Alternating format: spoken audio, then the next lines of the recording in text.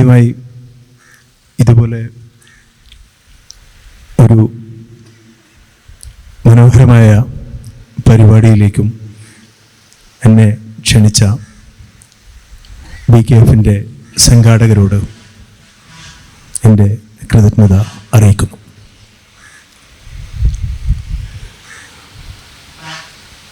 ഒന്നാമതായി, ഒരുപക്ഷെ നിങ്ങൾക്ക് അത്ര പരിചയമുള്ളൊരു വിഷയമായിരിക്കില്ല നമ്മളിവിടെ സംസാരിക്കുന്നത്. എനിക്കറിയില്ല ഞാൻ സംസാരിക്കാൻ പോകുന്ന വിഷയത്തോട് നിങ്ങൾ എത്രമാത്രം പരിചയമുണ്ട്. തത്വചിന്ത എന്ന് പറയുന്നതിനും പ്രത്യേകിച്ച് യന്ത്രപരത എന്ന് പറയുന്നതിനെ കുറിച്ചിട്ടൊക്കെ നിങ്ങൾ എത്രമാത്രം ആലോചിച്ചിട്ടുണ്ട് എന്നുള്ള കാര്യം എനിക്കറിയില്ല. അതുകൊണ്ട് തന്നെ എനിക്ക് ഏറ്റവും ഇഷ്ടപ്പെട്ട ഒരു തത്വചിന്തകനുണ്ട്, ദെല്യൂസ്. റീൽ ദെല്യൂസ് എന്നാണ് പറയുക. ദെല്യൂസിൻ്റെ ചിന്തയിൽ പ്രധാനമായി വളരെ യന്ത്രപരമായ ഒരു ചിന്തയാണ്. അതെന്താണെന്നൊക്കെ അത്തരം വിഷയങ്ങളിലേക്ക് നമുക്ക് പോവാം. അതിനു മുമ്പ്, ഞാൻ തുടങ്ങുന്നതിനേക്കാൾ മുമ്പേ ഇങ്ങനെ ഒരു സ്ഥലത്തിരിക്കുമ്പോൾ എനിക്ക് തോന്നുന്നത്, ലോകമറിയുന്ന ഒരു ഫിലോസഫറാണ്, അതുപോലെ തന്നെ ജാക്ക് ലക്കാൻ. കേട്ടിട്ടില്ലേ? ലക്കാൻ കേട്ടിട്ടുണ്ടോ നിങ്ങൾ? സൈക്കോളജി പഠിക്കുന്നവരുണ്ടെങ്കിൽ ലക്കാനെ ചിലപ്പോൾ കേട്ടിട്ടുണ്ടാവും. ഒരുപക്ഷെ ഫ്രോയിഡിനൊക്കെ എതിരെ ഒരുപാട് സംസാരിച്ച ഒരു മനഃശാസ്ത്രജ്ഞനും തത്വചിന്തകനുമൊക്കെയാണ് ജാക്ക് ലക്കാൻ. ലക്കാൻ അയാളുടെ ഒരു സെമിനാർ തുടങ്ങുന്നത് ഇങ്ങനെയാണ്: let's try to do some brain washing on ourselves. നമ്മൾ ബ്രെയിൻ വാഷിംഗ് എന്നൊക്കെ പറയുക മറ്റുള്ളവരെ ചെയ്യുന്ന പരിപാടിക്കല്ലേ സാധാരണ ബ്രെയിൻ വാഷിംഗ് എന്നൊക്കെ പറയുക. ബ്രെയിൻ വാഷിങ്ങിനൊരു മലയാളം ഉണ്ടോ എന്ന് എനിക്കറിയില്ല. ബ്രെയിൻ വാഷിംഗ് എന്ന് കേട്ടിട്ടില്ലേ? വഴിതെറ്റിക്കുക എന്നൊക്കെ പറയുന്നൊരു സംഗതി. അപ്പോൾ ലക്കാൻ അയാളുടെ ഒരു സെമിനാർ തുടങ്ങുമ്പോൾ പറഞ്ഞത്, നമുക്ക് കുറച്ച് നേരം ഒന്ന് സ്വയം വഴിതെറ്റാൻ വേണ്ടി ശ്രമിച്ചാലോ എന്നാണ്. Let us try to practice some brainwashing on ourselves. നമ്മുടെ മുകളിൽ തന്നെ ഒരിത്തിരി ബ്രെയിൻ വാഷിങ് നമുക്ക് നടത്തിയാലോ. അതുകൊണ്ട് ആ ഒരർത്ഥത്തിൽ ചിന്ത എന്ന് പറയുന്നത് നമ്മളിവിടെ സ്വയം തിരുത്തുന്ന ഒരു പരിപാടിയൊക്കെ ആണ്.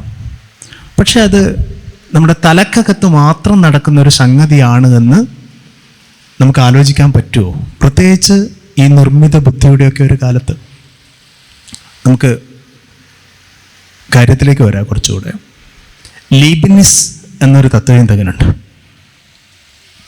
ലീബ്നിസ് പറഞ്ഞത്, പ്രപഞ്ചം തന്നെ ഒരുപാട് യന്ത്രങ്ങളെ കൊണ്ട് നിർമ്മിച്ചതാണ്. ഈ പ്രപഞ്ചം എന്ന് പറയുന്നത് തന്നെ യന്ത്രങ്ങളാണ്. പ്രപഞ്ചം എന്ന് പറയുമ്പോൾ അയാൾ പറയുന്നത്, ഇത് മെഷീൻസ് ഓഫ് മെഷീൻസ്. ഇതിൽ ഓരോ യന്ത്രവും മറ്റ് യന്ത്രങ്ങളെ കൊണ്ട് നിർമ്മിച്ചിരിക്കുന്ന ഒരു യന്ത്രം. ഇതാണ് ലോകം തന്നെ ഒരു യന്ത്ര സമുച്ചയമായി മാറുന്ന ഒരുതരം ചിന്തയാണ് ഇവിടെയുള്ളത്. ഉദാഹരണമായിട്ട് നമുക്ക് നോക്കാം ഓരോന്ന്. ഉദാഹരണമായിട്ട് ദെല്യൂസും ഗൊത്താരിയും ചേർന്ന് എഴുതിയ ഒരു പുസ്തകമാണ് ആൻറ്റി ഈഡിപ്പസ്, ഈഡിപ്പസിനെതിരെ എന്ന് പറയുന്നൊരു പുസ്തകം. ആ പുസ്തകത്തിൻ്റെ തുടക്കം തന്നെ തുടങ്ങുന്നത് എന്ന് പറയുന്നത് പലതരം യന്ത്രങ്ങളെ കുറിച്ചിട്ടാണ്. നമ്മളിപ്പോൾ യന്ത്രം എന്ന് പറയുമ്പോൾ നിങ്ങൾ വേറൊന്നും ആലോചിച്ച് പോകരുത്. ഇവിടെ നിങ്ങൾ ആലോചിക്കേണ്ട ഒരു വിഷയം എന്ന് എനിക്ക് തോന്നുന്നത്, ഒരു കുട്ടി ഒരു അമ്മയുടെ മുല കുടിക്കുന്നു എന്ന് പറയുമ്പോൾ അത് ഒരു യന്ത്രമായി മനസ്സിലാക്കണം. കാര്യം എന്ന് പറയുന്നത്, ഒരൊഴുക്കിനെ മറ്റൊന്ന് തടയിടുന്നു. അപ്പോൾ അവിടെ ഒരു ഫ്ലോ ഉണ്ടാവും, ഒരു ഒഴുക്കുണ്ടാവും, ആ ഒഴുക്കിൻ്റെ ഒരു മുറിയലുണ്ടാവും. അപ്പോൾ യന്ത്രം എന്ന് പറഞ്ഞു കഴിഞ്ഞാൽ ഒഴുക്കും ഒഴുക്കിൻ്റെ മുറിയലുമാണ്. അപ്പോൾ പ്രപഞ്ചത്തിൻ്റെ താളം എന്ന് പറയുന്നത് ഫ്ലോ ആൻഡ് ബ്രേക്ക് ആണ്. ഈ ഫ്ലോ ബ്രേക്ക് ഇതാണ് പ്രപഞ്ചത്തിൻ്റെ മുഴുവൻ താളം തന്നെ. നിങ്ങൾ അങ്ങനെ നോക്കിക്കോളൂ. ഉദാഹരണമായിട്ട് ദെലൂസും ഗത്താരിയും പറയുന്നു, നമ്മളിപ്പോൾ ഒരു കുട്ടി അമ്മയുടെ പാല് കുടിക്കുമ്പോൾ ആ കുട്ടി എന്ത് ചെയ്യുന്നു എന്ന് പറഞ്ഞാൽ അതിൻ്റെ ഒരു ഒഴുക്കിനെ മുറിക്കുകയാണ്, പാലിൻ്റെ ഒരു ഒഴുക്കിനെ മുറിക്കുകയാണ്. അത് പിന്നെ ഭക്ഷണമായിട്ടാണ് അത് കുട്ടിയുടെ ശരീരത്തിലേക്ക് പോകുമ്പോൾ അത് വീണ്ടും മുറിയുന്നു. അപ്പോൾ പ്രപഞ്ചത്തിലാകെ നമുക്ക് കാണാൻ വേണ്ടി പറ്റുക ഈ ഒഴുക്കിൻ്റെ മുറിയലുമാണ്. പ്രപഞ്ചത്തിൻ്റെ താളം തന്നെ ഒഴുക്കിൻ്റെ മുറിച്ചലുമാണ്. അതുകൊണ്ട് ഞാനിവിടെ ഇരിക്കുന്ന, അപ്പം ഞാൻ പറഞ്ഞു വരുന്നത്, അപ്പോൾ ഓരോ മനുഷ്യനെ പോലും ഓരോ യന്ത്രമായിട്ട് കരുതേണ്ടി വരും. നിങ്ങൾ നോക്കൂ, അപ്പോൾ സ്വയം ഒരു യന്ത്രമായി സങ്കല്പിച്ച് നോക്കൂ. നിങ്ങളുടെ കയ്യിലെ പേന, പുസ്തകം, അതുപോലെ നിങ്ങളിരിക്കുന്ന വേറൊന്ന്. അപ്പം നമ്മളെല്ലാവരും പരസ്പരം ഇങ്ങനെ ബന്ധിപ്പിച്ചു കൊണ്ടിരിക്കുകയാണ്. ഇങ്ങനെ പരസ്പര ബന്ധിതമായിട്ടാണ് എല്ലാം ഉള്ളത്. അത് നിങ്ങൾക്ക് കുറച്ചുകൂടെ മനസ്സിലാവും. അത് യന്ത്രത്തിലേക്ക് നമ്മൾ പോകുന്ന സമയത്ത് ഒരു യന്ത്രം അങ്ങനെ പെട്ടെന്നുണ്ടായതൊന്നുമല്ല. യന്ത്രം എന്ന് പറയുമ്പോൾ നമ്മുടെ ഉള്ളിലേക്ക് പെട്ടെന്ന് വരുന്ന ഒരു സൂചകം എന്ന് പറയുന്നത് വലിയ ഏതെങ്കിലും സ്റ്റീം എഞ്ചിനോ മറ്റെന്തെങ്കിലും രീതിയിലുള്ള യന്ത്രമൊക്കെ ആയിരുന്നു. ആ യന്ത്രം എന്ന് പറയുന്നത് അതിന് മുൻകൂട്ടി കാണുന്ന ഒരുപാട് സംഗതികളുണ്ട്. ഞാൻ ഏറ്റവും ആദ്യം തുടങ്ങുന്നത് സിമോന്തൻ എന്ന് പറയുന്ന ഒരു ചിന്തകൻ തുടങ്ങുന്ന ആദ്യത്തെ സംഗതിയുണ്ട്. ഒരു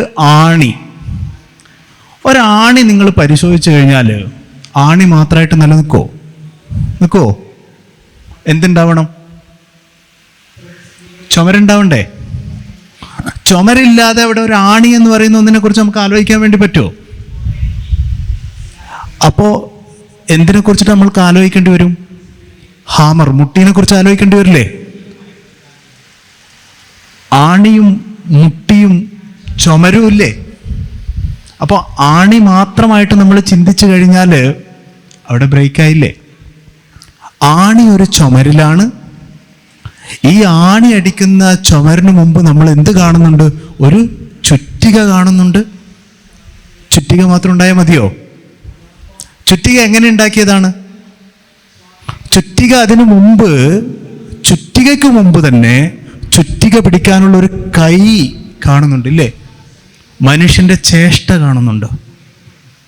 അപ്പൊ നമ്മൾ നോക്കുമ്പോൾ ഇതിനെ നമ്മൾ ആണി എന്ന് പറയുന്നതിനെ ഒരു ടെക്നിക്കൽ ഒബ്ജക്റ്റ് എന്നാണ് പറയുക.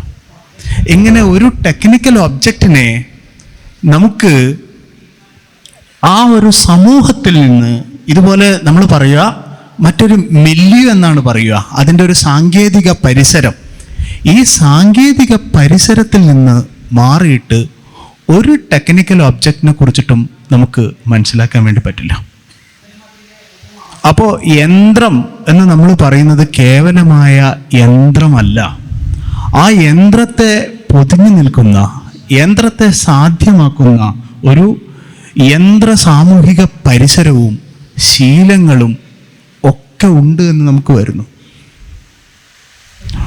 ഇത് ഇങ്ങനെ യന്ത്രം എന്ന് പറയുന്നത് നമ്മുടെ ചിന്ത യന്ത്രപരമാവുക എന്ന് പറയുന്നത് ഈ രീതിയിൽ ചിന്തിച്ചു തുടങ്ങുമ്പോഴാണ് ചിന്തയ്ക്ക് ഒരു യന്ത്രപരത കൈക്കൊള്ളുന്നത്. നമുക്കൊരു ഉദാഹരണം ഞാൻ പറയാം. ലെവിസ് മംഫോർഡ് എന്ന് പറയുന്ന ഒരു ചിന്തകനുണ്ട്. ഒരുപക്ഷെ ദെലൂസും ഗുത്താരിയും പോലും ഈ യന്ത്രം എന്ന് പറയുന്ന ഒരു ചിന്ത അയാൾ എടുക്കുന്നത് ഈ മംഫോർഡിൽ നിന്നാണ്. മംഫോർഡ് നമ്മുടെ പഴയ സമൂഹങ്ങളെക്കുറിച്ച് പഠിച്ചു. ഈ പഴയ സമൂഹങ്ങളെക്കുറിച്ച് പഠിക്കുമ്പോൾ അയാൾ അത്ഭുതപ്പെടുത്തിയത് എങ്ങനെയാണ് പിരമിഡുകൾ ഉണ്ടാക്കപ്പെട്ടത്, എങ്ങനെയാണ് വൻമതിലുകൾ സൃഷ്ടിക്കപ്പെട്ടത്, എങ്ങനെയാണ് നമ്മൾ ആലോചിക്കുമ്പോൾ ഈ പറയുന്ന താജ്മഹലും മറ്റ് മനോഹര സൗധങ്ങളും ഒക്കെ നിർമ്മിക്കപ്പെട്ടത്. മംഫോർഡ് ആലോചിക്കുന്നത് ഇവിടെ അത് ഒരു യന്ത്രമായി പ്രവർത്തിക്കുകയായിരുന്നു അവരുടെ സമൂഹം. ഈ യന്ത്രം ആ രീതിയിൽ, ആ സമൂഹം യന്ത്രമായി അങ്ങനെ പ്രവർത്തിക്കണമെങ്കിൽ അതിനു മുമ്പ് എന്തുണ്ടാവണം എന്ന് പറഞ്ഞു കഴിഞ്ഞാൽ അവിടെ തൊഴിലെടുക്കാൻ വേണ്ടി കുറേ തൊഴിലാളികൾ ഉണ്ടാവണം. ആ രീതിയിൽ തൊഴിൽ വിഭജനങ്ങൾ ഉണ്ടാവണം. മാത്രമല്ല അവിടെ ഒരു മാനേജറിയൽ ക്ലാസ് ഉണ്ടാവണം. ചുരുക്കി പറഞ്ഞു കഴിഞ്ഞാൽ ഈ രീതിയിലുള്ള ഒരു യന്ത്രത്തിന് മാത്രമേ ഇത്രമാത്രം ഉൽപ്പാദനം ഉണ്ടാക്കാൻ വേണ്ടി പറ്റൂ. അതിനെയാണ് പറഞ്ഞത് പഴയ സമൂഹങ്ങളൊക്കെ ഒരു മെഗാ മെഷീൻ ആയിരുന്നു എന്ന് പറയുന്നത്. ആളുകളുടെ ഊർജം മുഴുവൻ, തൊഴിലാളികളുടെ ഊർജം മുഴുവൻ ഈ രീതിയിൽ ഉപയോഗപ്പെടുത്തണമെങ്കിൽ ആ രീതിയിലുള്ള ഒരു സാമൂഹികമായ ഒരു ശ്രേണിവൽകൃതമായ ഒരു സമൂഹം, അങ്ങനെ ഒരു ഹെയറാർക്കി, തൊഴിലാളികളും അങ്ങനെ തൊഴിൽ വിഭജനങ്ങളും അധ്വാനവും ഒക്കെ ഉണ്ടാവുന്ന ഒരു സ്ഥലത്ത് മാത്രമേ യഥാർത്ഥത്തിൽ ഇത്തരത്തിലുള്ള മെഗാ മെഷീനുകളും പിരമിഡുകളും ക്ഷേത്രങ്ങളും വലിയ മന്ദിരങ്ങളും ഒക്കെ ഉണ്ടാവുന്നുണ്ടെങ്കിൽ നമ്മൾ ആ കാണുന്ന ഒന്ന് മാത്രം നോക്കിയാൽ പോരാ. അതിന് പിറകിൽ അതിന് ഊർജമായിരിക്കുന്ന ഒരു നമ്മൾ കാണാത്ത ഒരു യന്ത്രമുണ്ട് എന്നാൽ മാത്രമേ നമുക്ക് അതിനെ മനസ്സിലാക്കാൻ വേണ്ടി പറ്റൂ. ഇതേ കാര്യമാണ് മിഷേൽ ഫുക്കോ തൻ്റെ ഫുക്കോയുടെ തടവറകളെ കുറിച്ചുള്ള പഠനത്തെക്കുറിച്ച് പറഞ്ഞത്. തടവറ ഒരു യന്ത്രമാണ്. തടവറ എന്ന് പറയുന്നത് ഒരു യന്ത്രമാണ്. സ്കൂളുകൾ എന്ന് പറയുന്നത് ഒരു യന്ത്രമാണ്. കാരണം എന്ന് പറയുന്നത്, നിങ്ങളൊന്ന് ആലോചിച്ച് നോക്കൂ, ഇവിടുത്തെ സ്കൂളുകൾ എന്ന് പറയുന്നത് കേവലമായ ഈ പറയുന്ന ഒരു ആർക്കിടെക്ചറൽ സംഗതി എന്ന രീതിയിൽ മാത്രം സ്കൂളിനെ കണ്ടു കഴിഞ്ഞാൽ സ്കൂൾ പ്രവർത്തിക്കുമോ? സ്കൂളിനെ പ്രവർത്തിക്കുന്ന എന്തുണ്ട്? നമ്മൾ കാണാത്ത സ്കൂളിൻ്റെ കരിക്കുലം ഉണ്ടാവും, സ്കൂളിൻ്റെ അധ്യാപകരുണ്ടാവും, അതേപോലെ തന്നെ അതുമായി ബന്ധപ്പെട്ട പരീക്ഷകളുണ്ടാവും, അതേപോലെ തന്നെ സർക്കാർ സംവിധാനങ്ങളുണ്ടാവും. ഇതൊക്കെ ചേർന്നാണ് സ്കൂൾ പ്രവർത്തിക്കുന്നത്. ഈ സ്കൂൾ പ്രവർത്തിക്കുന്നത് പോലെ തന്നെയാണ് സ്കൂളുകളുടെ പ്രവർത്തനം പോലെ തന്നെയാണ് തടവറകളുടെ പ്രവർത്തനം എന്ന് പറയുന്നത്. പെനോപ്റ്റിക്കോൺ എന്ന് പറയുന്നത് ഒരു യന്ത്രമാണ്. എന്താണ് പെനോപ്റ്റിക്കോൺ? ഫൂക്കോ പറഞ്ഞ പെനോപ്റ്റിക്കോൺ കൊണ്ടുവന്ന മാറ്റം എന്താണെന്ന് പറഞ്ഞു കഴിഞ്ഞാൽ, അവിടെ ഉണ്ടാവുന്ന തടവറയിലുണ്ടാവുന്ന ഈ തടവ് പുള്ളികളെ, അതൊരു ആർക്കിടെക്ചറൽ വിസ്മയം കൂടിയാണ്. തടവ് പുള്ളികളെ എല്ലാവർക്കും കാണാൻ പറ്റും മുകളിലിരിക്കുന്ന ആൾക്ക്, എന്നാൽ അവർക്ക് ആരെയും കാണാൻ വേണ്ടി പറ്റില്ല. അതേപോലെ തന്നെ അവിടെ മറ്റുള്ളവരെ നോക്കിക്കൊണ്ടിരിക്കുന്ന സൂപ്പർവൈസർമാരായിട്ടുള്ള ആളുകൾക്ക്, ജയിൽ വാർഡന്മാർക്ക്, അവർക്ക് എല്ലാവരെയും കാണാൻ വേണ്ടി പറ്റും, എന്നാൽ അവരെ ആർക്കും കാണാൻ വേണ്ടി പറ്റില്ല. അങ്ങനെ നോക്കുമ്പോൾ ഈ ഇരുട്ടും വെളിച്ചവും ഇതെല്ലാം കൊണ്ട് തീർത്ത ഒന്നാണ് പനോപ്റ്റിക്കോൺ എന്ന് പറയുന്നത്.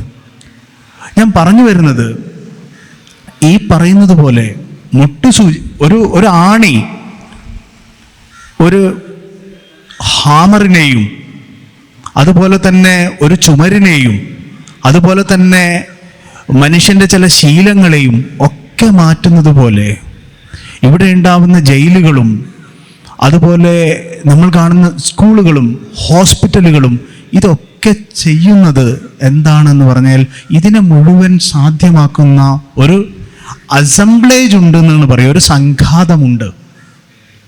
അങ്ങനെ വരുമ്പോൾ ഏത് മിഷനാണെങ്കിലും ഏത് ടെക്നിക്കൽ ഒബ്ജക്റ്റ് ആണെങ്കിലും നിങ്ങൾ എന്ത് കാണുന്നോ ഈ കാണുന്നതിൻ്റെ വെളിയിൽ അതിനെ സാധ്യമാക്കിക്കൊണ്ടുള്ള ആ ഒരു കണ്ടെത്തലിലേക്ക് നയിക്കുന്ന വേറെ മറ്റൊരു രീതിയിലുള്ള ഒരു മെഷീനുണ്ട്. ഇത്തരം യന്ത്രങ്ങളെയാണ് നമുക്ക് എന്ത് പറയാൻ വേണ്ടി പറ്റുക? ഒരുപക്ഷെ മോഹയന്ത്രങ്ങൾ എന്ന് പറയാൻ വേണ്ടി പറ്റുക, അല്ലെങ്കിൽ അബ്സ്ട്രാക്റ്റ് മെഷീൻ എന്നാണ് നമുക്ക് പറയുക. ഈ മെഷീനാണ് ഇത് സാധ്യമാക്കുന്നത്. ഉദാഹരണം നിങ്ങൾക്ക് അറിയുമെന്നറിയില്ല, നമ്മൾ എല്ലാറ്റിനെയും ഒറ്റക്കൊറ്റക്കെടുത്ത് നോക്കിയിട്ട് കാര്യമില്ല.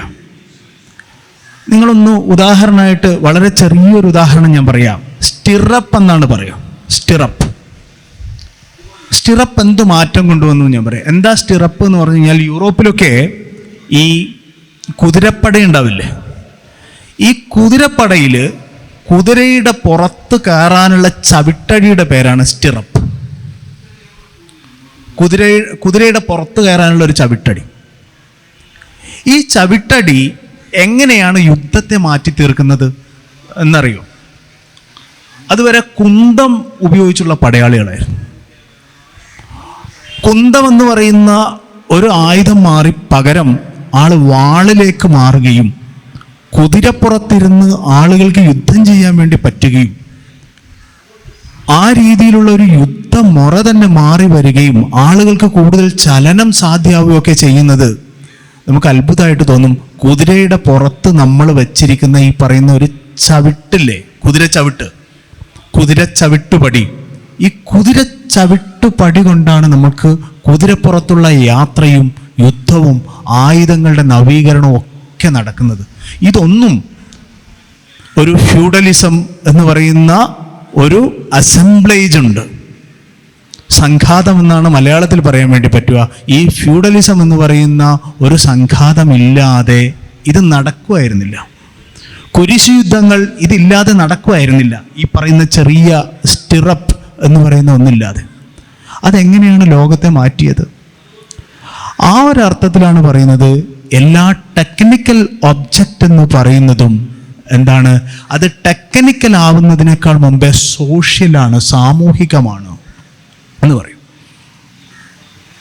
എല്ലാം എന്താണെന്ന് പറഞ്ഞു കഴിഞ്ഞാൽ ആ ഒരു അർത്ഥത്തിൽ ഏത് ടെക്നിക്കൽ ഒബ്ജക്റ്റും, നമ്മൾ ഇന്ന് കാണുന്ന ഈ പറയുന്ന ഏത് ടെക്നിക്കൽ ഒബ്ജക്റ്റ് ആണെങ്കിലും നമുക്ക് നമ്മുടെ കയ്യിലേക്ക് വരാം. നിങ്ങളുടെ കയ്യിലുള്ള ഒരു മൊബൈൽ ഫോൺ എന്ന് പറയുന്നത്, നമ്മൾ വിചാരിക്കും മൊബൈൽ ഫോൺ എന്ന് പറയുന്നത് കുറച്ചൊരു എന്തുമാത്രമാണ്, ഈ കയ്യിലുള്ള ഫോൺ മാത്രമാണ്. പക്ഷെ നിങ്ങൾ നോക്കൂ, അതെത്രമാത്രം ആപ്പുകളുമായും അതുപോലെ തന്നെ ബഹുരാഷ്ട്ര കമ്പനികളുമായിട്ടും നമ്മുടെ ശീലങ്ങളുമായിട്ടും നമ്മുടെ പ്രാക്ടീസസുമായിട്ടും ഒക്കെ അതെത്രമാത്രം ബന്ധിതമായിരിക്കുന്നു. ഒരു നൂറ്റാണ്ട് മുമ്പേ ഈ നിങ്ങളുടെ കയ്യിലുണ്ടായിരുന്ന മൊബൈൽ ഫോൺ അവരുടെ കയ്യിൽ വന്നു കഴിഞ്ഞാൽ എന്താണ് അത്, സാധനം എന്താണ്, അവരെന്താ ചെയ്യുക? അത് ഈ മൊബൈൽ ഫോൺ എന്ന് പറയുന്ന ഒരു സാധനം കിട്ടിയിട്ട് അവരെന്താണ് ചെയ്യുക? അതെങ്ങനെയാണ് നമ്മളെ മാറ്റുന്നത്? ഒരു നൂറ്റാണ്ടിന് മുമ്പേ ഒരാളുടെ കയ്യിൽ മൊബൈൽ ഫോൺ കിട്ടുകയായിരുന്നെങ്കിൽ അവരെന്ത് ചെയ്യുമായിരുന്നു? ഈ നമ്മുടെ ടച്ച് എന്ന് പറയുന്ന ഒരു ശീലം എന്ന് പറയുന്നത് നമ്മൾ എങ്ങനെയൊക്കെ മാറ്റിക്കളഞ്ഞു, നമ്മുടെ സമയബോധത്തെ, നമ്മുടെ ജീവിതത്തെ ഒക്കെ എങ്ങനെ മാറ്റിമറിച്ചു. ഇത് ഇങ്ങനെ വരുമ്പോഴാണ് നമ്മൾ പറയുന്നത്, മൊബൈലിൻ്റെ മാത്രമല്ല, ഇങ്ങനെ ഓരോ സംഗതികളും ഓരോ കാലത്തും നിങ്ങൾ നോക്കൂ, ഓരോ തരം എഞ്ചിനുകൾ ഉണ്ടായിട്ടുണ്ട്. ആദ്യകാലത്തൊക്കെ ഉണ്ടായിട്ടുള്ളത് ഹാൻഡ് മെയ്ഡ് മെഷീൻസാണ്, അതായത് ടൂളുകൾ എന്നാണ് നമ്മൾ പറയുക. മനുഷ്യൻ കൈ ഉപയോഗിച്ചിട്ട് ഉപയോഗിക്കുന്ന ഉപകരണങ്ങൾ എന്നാണ് ആദ്യകാലത്ത് നമ്മൾ പറഞ്ഞുകൊണ്ടിരുന്നത്. എന്നാൽ ഇത് മാറി. ഇത് തന്നെ എങ്ങനെയാണ് സംഭവിച്ചത്? മനുഷ്യൻ്റെ, സാധാരണ നമ്മൾ ഈ ഉപകരണങ്ങളെ കുറിച്ച് പറയുമ്പോൾ നമ്മൾ പറയാതിരിക്കാൻ പറ്റാത്തൊരു സംഗതിയാണ്, മനുഷ്യൻ്റെ ഈ പുരോഗതിക്ക് മുഴുവൻ കാരണമായിട്ട് പറയുന്ന ഒരു സംഗതികളുണ്ട്. മനുഷ്യൻ്റെ മുൻകാലുകൾ കൈയായി പരിണമിച്ചതാണ് വളരെ പ്രധാനമായ മാറ്റം. മനുഷ്യ പരിണാമത്തിൽ തന്നെ സംഭവിച്ച ഏറ്റവും പ്രധാനപ്പെട്ട ഒരു മാറ്റം എന്ന് പറയുന്നത് ലിറോയ് ഗുർഹനെ പോലെ ഉണ്ടായിരുന്ന ആളുകൾ പറയുന്നത് മനുഷ്യൻ്റെ മുൻകാലുകൾ കൈയായി പരിണമിച്ചതാണ്. അതുകൊണ്ട് എന്താണ് ഉണ്ടായ മാറ്റം? ഡെല്യൂസിൻ്റെ ഭാഷയിൽ പറയും ഡീടെറിട്ടോറിയലൈസേഷൻ. ഡീടെറിട്ടോറിയലൈസേഷൻ എന്നുള്ളത് കൊണ്ട് ഉദ്ദേശിക്കുന്നത് അതുവരെ നാൽക്കാലികളായ ആളുകൾ ജീവിച്ചിരുന്നത് കാട്ടിലും വനങ്ങളിലുമാണെങ്കിൽ അവിടെ നിന്ന് മാറിയിട്ട് ഏതിലേക്ക് വന്നു? സ്റ്റെപ്പിയിലേക്ക്, പുൽപ്പരപ്പുകളിലേക്ക് മനുഷ്യനെ എത്തിക്കുന്നത്, ഈ കാടുകളിൽ നിന്നൊക്കെ മാറി പുൽപ്പരപ്പിലേക്ക് എത്തുന്നത് അവൻ്റെ മുൻകാലുകൾ കൈകളായി പരിണമിച്ചതുകൊണ്ടാണ്. അങ്ങനെ പരിണമിക്കുന്നതിനോടുകൂടിയാണ് മനുഷ്യൻ എന്ത് ചെയ്യുന്നത്? മറ്റൊരു പ്രധാനപ്പെട്ട മാറ്റം സംഭവിച്ചു അവിടെ മനുഷ്യന്. എന്നാണ് എന്ന് പറഞ്ഞു കഴിഞ്ഞാൽ, മുൻകാലുകൾ കൈകളായി പരിണമിച്ചത് കൊണ്ട് മനുഷ്യൻ്റെ ഒരു ഭാഗം ഫ്രീ ആയി. ഏതാണെന്നറിയോ? വായകൾ. അല്ലെങ്കിൽ മനുഷ്യന് എന്തെങ്കിലും കടിക്കാൻ വേണ്ടിയിട്ട് എന്തുപയോഗിക്കണം? വായ ഉപയോഗിക്കണം. കുരങ്ങുകൾക്കും കടിക്കാൻ വേണ്ടിയിട്ട് വായ ഉപയോഗിക്കണം. ഇവിടെ മുൻകാലുകൾ കൈകളായി പരിണമിക്കുന്നതോടുകൂടി ലിറോയ് ഗുർഹൻ്റെയൊക്കെ ഭാഷയിൽ സംഭവിച്ചൊരു മാറ്റം എന്ന് പറയുന്നത്, എന്തെങ്കിലും ക്യാച്ച് ചെയ്യാനും ഹോൾഡ് ചെയ്യാനും വേണ്ടിയിട്ട് അതുവരെ ഉപയോഗിച്ചുകൊണ്ടിരുന്ന വായ എന്ന് പറയുന്നത് മനുഷ്യൻ എന്തിനു വേണ്ടിയിട്ട് ഉപയോഗിച്ചു? സംസാരത്തിനും ഭാഷയ്ക്കും വേണ്ടിയിട്ട് ഉപയോഗിച്ചു. ഇതാണ് റിയലി ഡീടെറിട്ടോറിയലൈസേഷൻ. ഒന്നിലുണ്ടായിരുന്നതിനെ പൂർണ്ണമായി സ്വതന്ത്രമാക്കി അതിൻ്റെ കെട്ടുപാടിൽ നിന്ന് മാറ്റിയിട്ട് അത് മറ്റൊന്നാക്കി മാറ്റുന്നതിനെയാണ് ഡീടെറിട്ടോറിയലൈസേഷൻ എന്ന് പറയുന്നത്. ഇത് തന്നെയാണ് മുതലാളിത്തത്തിൻ്റെ വികാസത്തിലും പ്രധാനപ്പെട്ട ഒരു കാര്യം. ഇവിടുത്തെ തൊഴിലാളികൾ എന്ന് പറയുന്നത് പാട്ട കുടിയാൻ വ്യവസ്ഥയിലൊക്കെ ജീവിച്ചുകൊണ്ടിരിക്കുന്ന ആളുകൾ മണ്ണുമായി ബന്ധപ്പെട്ടിട്ടായിരുന്നു. ഒരു പ്രത്യേക ഭൂമിയിലെ ഒരു പ്രത്യേക പ്രദേശത്തെ മാത്രം ആയിട്ടാണ് അവിടെ ജീവിച്ചുകൊണ്ടിരുന്നത്. ഇവരെന്ത് ചെയ്തു എന്ന് പറഞ്ഞാൽ സ്വതന്ത്രാക്കി. അപ്പോൾ ഒരു ജന്മിയുടെ കുടിയാൻ എന്നുള്ളതിൽ നിന്ന് സ്വതന്ത്രമാക്കിയപ്പോൾ അധ്വാന ശേഷിയെ എന്ത് ചെയ്തു? സ്വതന്ത്രമായി. ഫ്രീ ലേബർ എന്ന് പറയുന്ന ഒരു സംഗതി ഉണ്ടായി. ഈ ഫ്രീ ലേബർ എന്ന് പറയുന്ന ഒരു സംഗതി എന്തുമായിട്ട് യോജിച്ചു? ക്യാപിറ്റൽ എന്ന് പറയുന്നതുമായി യോജിക്കുന്നതിനോടുകൂടിയാണ് മുതലാളിത്തത്തിൻ്റെ വികാസത്തിൻ്റെ മുഴുവൻ അടിസ്ഥാനം എന്ന് പറയുന്നത് ഈ ഫ്രീ ലേബർ എന്ന് പറയുന്നത് ക്യാപിറ്റലുമായി ചേർന്നുകൊണ്ടുള്ള വികാസമാണ്. അപ്പോൾ ഞാൻ പറഞ്ഞു വരുന്നത് വേറൊന്നാണ്. ഉദാഹരണമായിട്ട് പറയുന്നത്, നമ്മുടെ ചിന്തയുടെ സ്വഭാവം യന്ത്രമാണ്. നമ്മൾ ചുറ്റും നോക്കിക്കഴിഞ്ഞാൽ എല്ലാം പലതരത്തിലുള്ള യന്ത്രങ്ങളാണ് നമുക്ക് കാണാൻ വേണ്ടി പറ്റുക. യന്ത്ര സമുച്ചയമാണ്. ചുരുക്കി പറഞ്ഞാൽ മനുഷ്യനെ തന്നെ ഒരു യന്ത്രമായിട്ട് കരുതേണ്ടി വരും. മനുഷ്യൻ തന്നെ ആ ഒരർത്ഥത്തിൽ ഒരു യന്ത്രമാണ് എന്ന് കരുതുക. ഇതാണ് ലീബ്നിസ് ഒക്കെ പറയുന്ന മെഷീൻസ് ഓഫ് മെഷീൻസ്. പ്രപഞ്ചം തന്നെ ഒരു യന്ത്രമായി മാറുന്നു. യന്ത്രങ്ങളുടെ ഒരു സംഘാതമായി മാറുന്നു. പക്ഷേ ഇതിനപ്പുറം പ്രധാനമായിട്ട് പറയുന്നത് ഒരു യന്ത്രത്തെയും നമുക്ക് ഒറ്റപ്പെട്ടതായി. അപ്പോൾ യന്ത്രമെന്ന് പറയുന്നത് ഇവിടെ നമ്മുടെ ചിന്തയിൽ വരുന്ന മാറ്റം എന്ന് പറയുന്നത് മനുഷ്യൻ, അതുപോലെ തന്നെ മറ്റ് ജീവജാലങ്ങൾ, യന്ത്രം എന്നൊക്കെ പറയുന്ന മാറ്റം പൂർണ്ണമായി ഇല്ലാതാവുന്നു.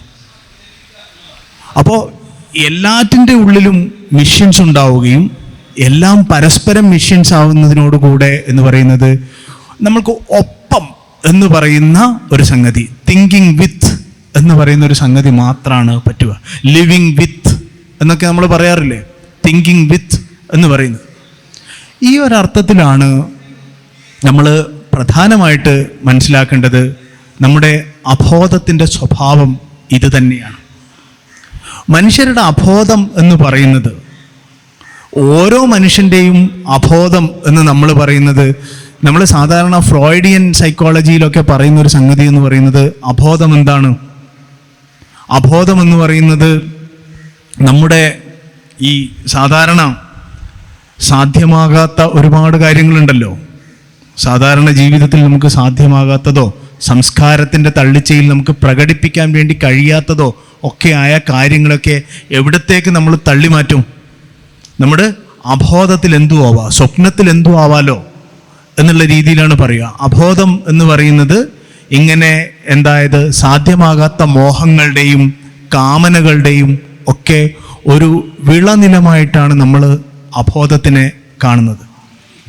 അപ്പോൾ അതുകൊണ്ട് ഈ അബോധം എന്ന് പറയുന്നതിനെ ഈ പറയുന്ന അത് ഒരു ഇല്ലായ്മയായിട്ടാണ് കാണുന്നത്. അത് ഇല്ലായ്മയിൽ ഊന്നിയിട്ടുള്ള ഒരു അബോധത്തിനെ മാറ്റിയിട്ട് ഡെല്യൂസും ഗൊത്താരിയും ഒക്കെ ചെയ്യുന്ന അവരുടെ ചിന്തയിൽ എന്ന് പറയുന്നത് അബോധം എന്ന് പറയുന്നത് എന്താണ്? റിയലാണ്, ശരിക്കും റിയൽ ആയിട്ടുള്ളതാണ്. അതെങ്ങനെയാണെന്ന് വെച്ച് കഴിഞ്ഞാൽ, എൻ്റെ അബോധം എന്ന് പറയുന്നത് ഞാൻ ഉണ്ടാക്കുന്ന 100,000 കണക്ഷൻസിലും ഞാനൊരു മിഷ്യനാണെങ്കിൽ എൻ്റെ അബോധം എന്ന് പറയുന്നത്, എൻ്റെ ആഗ്രഹം, എൻ്റെ മോഹം എന്ന് പറയുന്നത് എൻ്റെ കണക്ഷൻസിലൂടെയും ഇത്തരം അതായത് ഞാൻ ഗ്രൗണ്ടിൽ ഉണ്ടാക്കുന്ന ഒരുപാട് കണക്ഷൻസ് ഉണ്ടാവുമല്ലോ, ഇതിൻ്റെ അടിസ്ഥാനത്തിലാണ് ഉണ്ടാവുന്നത്. എൻ്റെ അബോധം, എൻ്റെ മോഹങ്ങൾ, മോഹയന്ത്രം, ഡിസയറിങ് മെഷീൻ എന്നാണ് പറയുക. അതുണ്ടാവുന്നത് എന്താണ്? ഒരുപാട് കണക്ഷൻസിൻ്റെ മുകളിലാണ്. എൻ്റെ ആഗ്രഹത്തെ, നിങ്ങളുടെ ആഗ്രഹത്തെ, നിങ്ങളിവിടെ പഠിക്കാനും അല്ലെങ്കിൽ മറ്റൊരു രീതിയിലുള്ള നിങ്ങളുടെ ആഗ്രഹം ഉണ്ടായത് നമ്മുടെ പ്രധാനമായിട്ട് നമ്മൾ വിചാരിക്കും ആഗ്രഹങ്ങൾ എന്ന് പറയുന്നത് കേവലം വ്യക്തിപരമാണ് എന്നാണ് വിചാരിക്കുക. ഒരു വ്യക്തിയിൽ നിന്ന് ഉടലെടുക്കുന്നതാണ് മോഹങ്ങൾ. ഒരു വ്യക്തിയിലാണ് മോഹങ്ങൾ ഉണ്ടാകുന്നത് എന്ന് നമ്മൾ തെറ്റിദ്ധരിക്കും. എന്നാൽ ഈ പറയുന്ന മോഹങ്ങൾ ഒരു വ്യക്തിയിൽ ഉണ്ടാവുന്നതല്ല. നേരത്തെ യന്ത്രം പറഞ്ഞതുപോലെ തന്നെ ഈ മോഹങ്ങളെ സൃഷ്ടിക്കുന്ന ഒരു സാമൂഹിക യന്ത്രവും അതുപോലെ ഒരുപാട് കണക്ഷൻസും ഉണ്ടാവുന്നുണ്ട്. ഇതെന്തൊക്കെയാണ്? ഈ പറയുന്ന എനിക്ക് ഒരു സിനിമ കാണണം എന്ന് പറയുന്ന ഒരു മോഹം ഉണ്ടാവുന്നുണ്ടെങ്കിൽ നിങ്ങളൊന്ന് ആലോചിച്ച് നോക്കൂ, അതെന്തൊക്കെ കാര്യങ്ങൾ വെച്ചിട്ടാണ് അത് തീരുമാനിക്കപ്പെടുന്നത്. ഞാൻ കണ്ട അഡ്വർടൈസ്മെൻറ്റ്, എനിക്ക് അതുണ്ടാക്കിയ ഒരു സംഗതികൾ, പിന്നെ അതുപോലെ തന്നെ എനിക്ക് സിനിമയെക്കുറിച്ചുള്ള ധാരണ, എനിക്ക് അഭിനയത്തെക്കുറിച്ചുള്ള ധാരണ, എനിക്ക് ചില നടന്മാരോടുള്ള ആഗ്രഹങ്ങൾ, ഇതിൻ്റെ ഒക്കെ ഒരുപാട് കണക്ഷൻസിൻ്റെ മുകളിൽ പിന്നെ എൻ്റെ സമയം, എൻ്റെ കയ്യിലുള്ള പണം, അവിടെയുള്ള ടിക്കറ്റിൻ്റെ അവൈലബിലിറ്റി, അതുപോലെ തന്നെ എൻ്റെ നാട്ടിലുള്ള ടാക്സീസ്, ഇങ്ങനെ എന്തൊക്കെ കാര്യങ്ങൾ വെച്ചിട്ടാണ് എന്നെ ഉണ്ടാക്കുന്നത്. അപ്പോൾ അബോധം എന്ന് പറയുന്നത് കണക്ഷൻസ് ആണ്. ഇതിനെയാണ് പറയുക, ഡെലൂസിൻ്റെ ഒക്കെ ഒരു ഭാഷയിൽ പറയും റിസോമാറ്റിക് കണക്ഷൻസ്. അത് വളരെ ഹെട്രോജനിയസ് ആയ ഒരുപാട് നമ്മുടെ അബോധം ഉണ്ടാക്കുന്നത് പല വകയിലുള്ള പലതരം കണക്ഷൻസ് കൊണ്ടാണ് ഉണ്ടാക്കുന്നത്. ലക്കാനെ പോലുള്ള ചിന്തകർ പറയുന്നു അബോധം ഭാഷ പോലെ സുഘടിതമാണ്. അബോധം ഭാഷ പോലെ സുഘടിതമാണ്. Unconscious is structured like language എന്നാണ് ലക്കാൻ പറയുന്നത്. എന്നാൽ പുതിയ കാലഘട്ടത്തിൽ അത് പറയുന്നത് ഭാഷ എന്ന് പറയുന്നതിനെ ഒരു ഇത്തിരി മാറിയിട്ടാണ് ചിന്തിക്കുന്നത്. അൺകോൺഷ്യസിൽ പറയുന്ന ഭാഷ എന്ന് പറയുന്നത് ഒരു മാർക്കോവിയൻ ചൈൻ പോലെയാണ് എന്നാണ് പറയുന്നത്. എന്താണ് ഈ മാർക്കോവിയൻ ചൈൻ?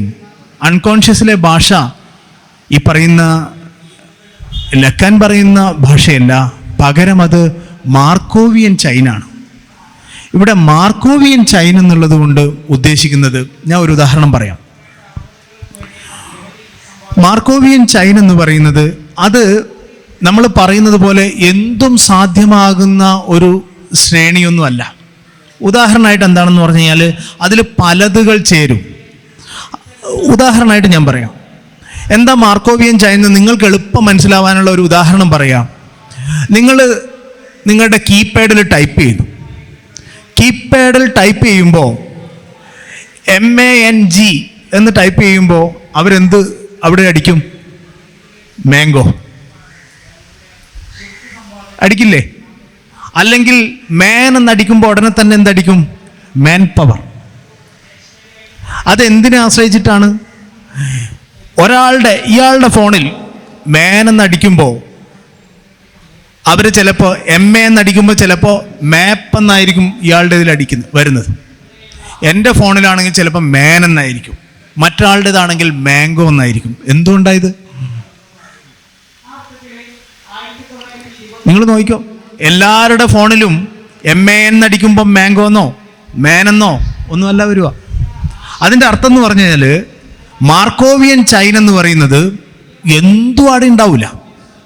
പകരം എന്താണെന്ന് പറഞ്ഞാൽ നിങ്ങളുടെ ഇപ്പോഴത്തെ മൂവ് എന്താണോ അതാണ് നിങ്ങളുടെ അടുത്ത മൂവ് എന്താണെന്ന് എന്ത് ചെയ്യുക? ഉണ്ടാക്കുക.